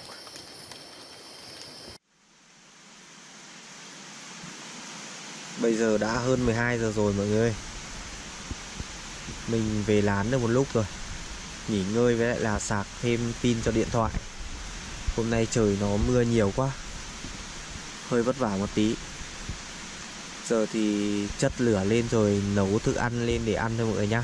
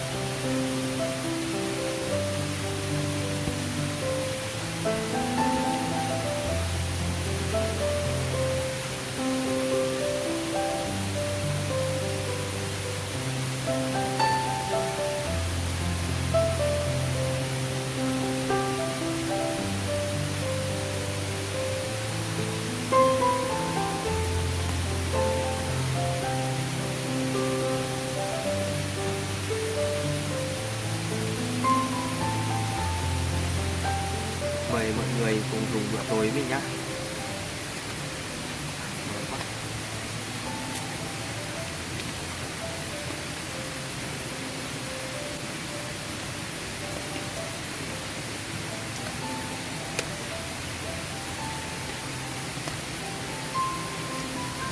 Cái cua mình bắt ở trên rừng nó béo hơn là cái cua mình bắt trực tiếp ở dưới khe nhá.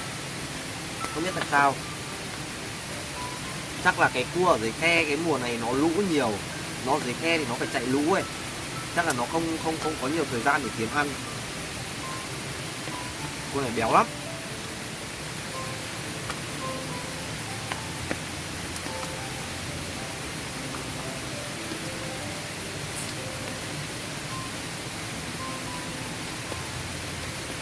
Bên ngoài trời nó vẫn còn mưa ấy, này nó mưa tới sáng mà.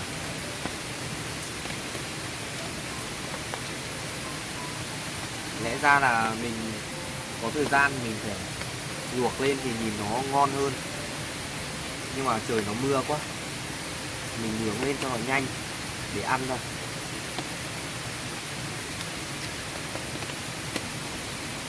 Không luộc lên thì phải đi chặt ống rồi các thứ, nó nhiều việc lắm.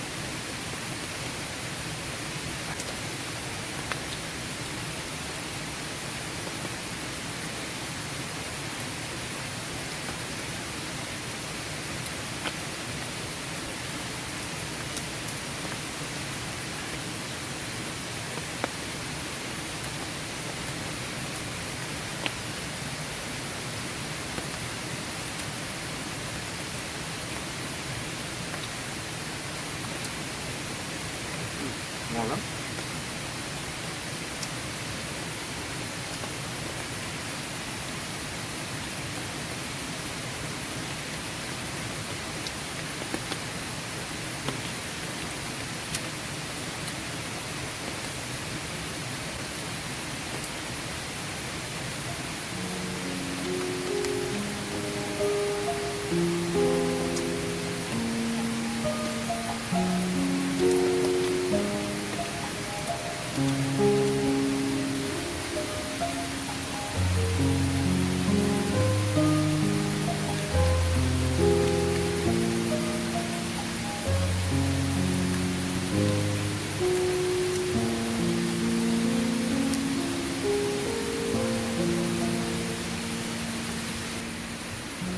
Ăn xong rồi mọi người ạ, nhưng mà vẫn chưa no đâu.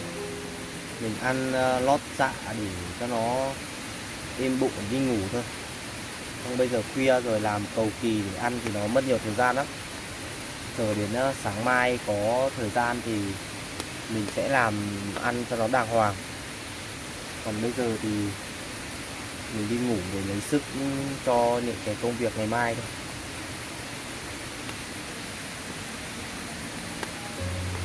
Đêm nay trời nó vẫn còn mưa đấy, vẫn đang mưa ở bên ngoài, trời vẫn còn đang mưa đấy.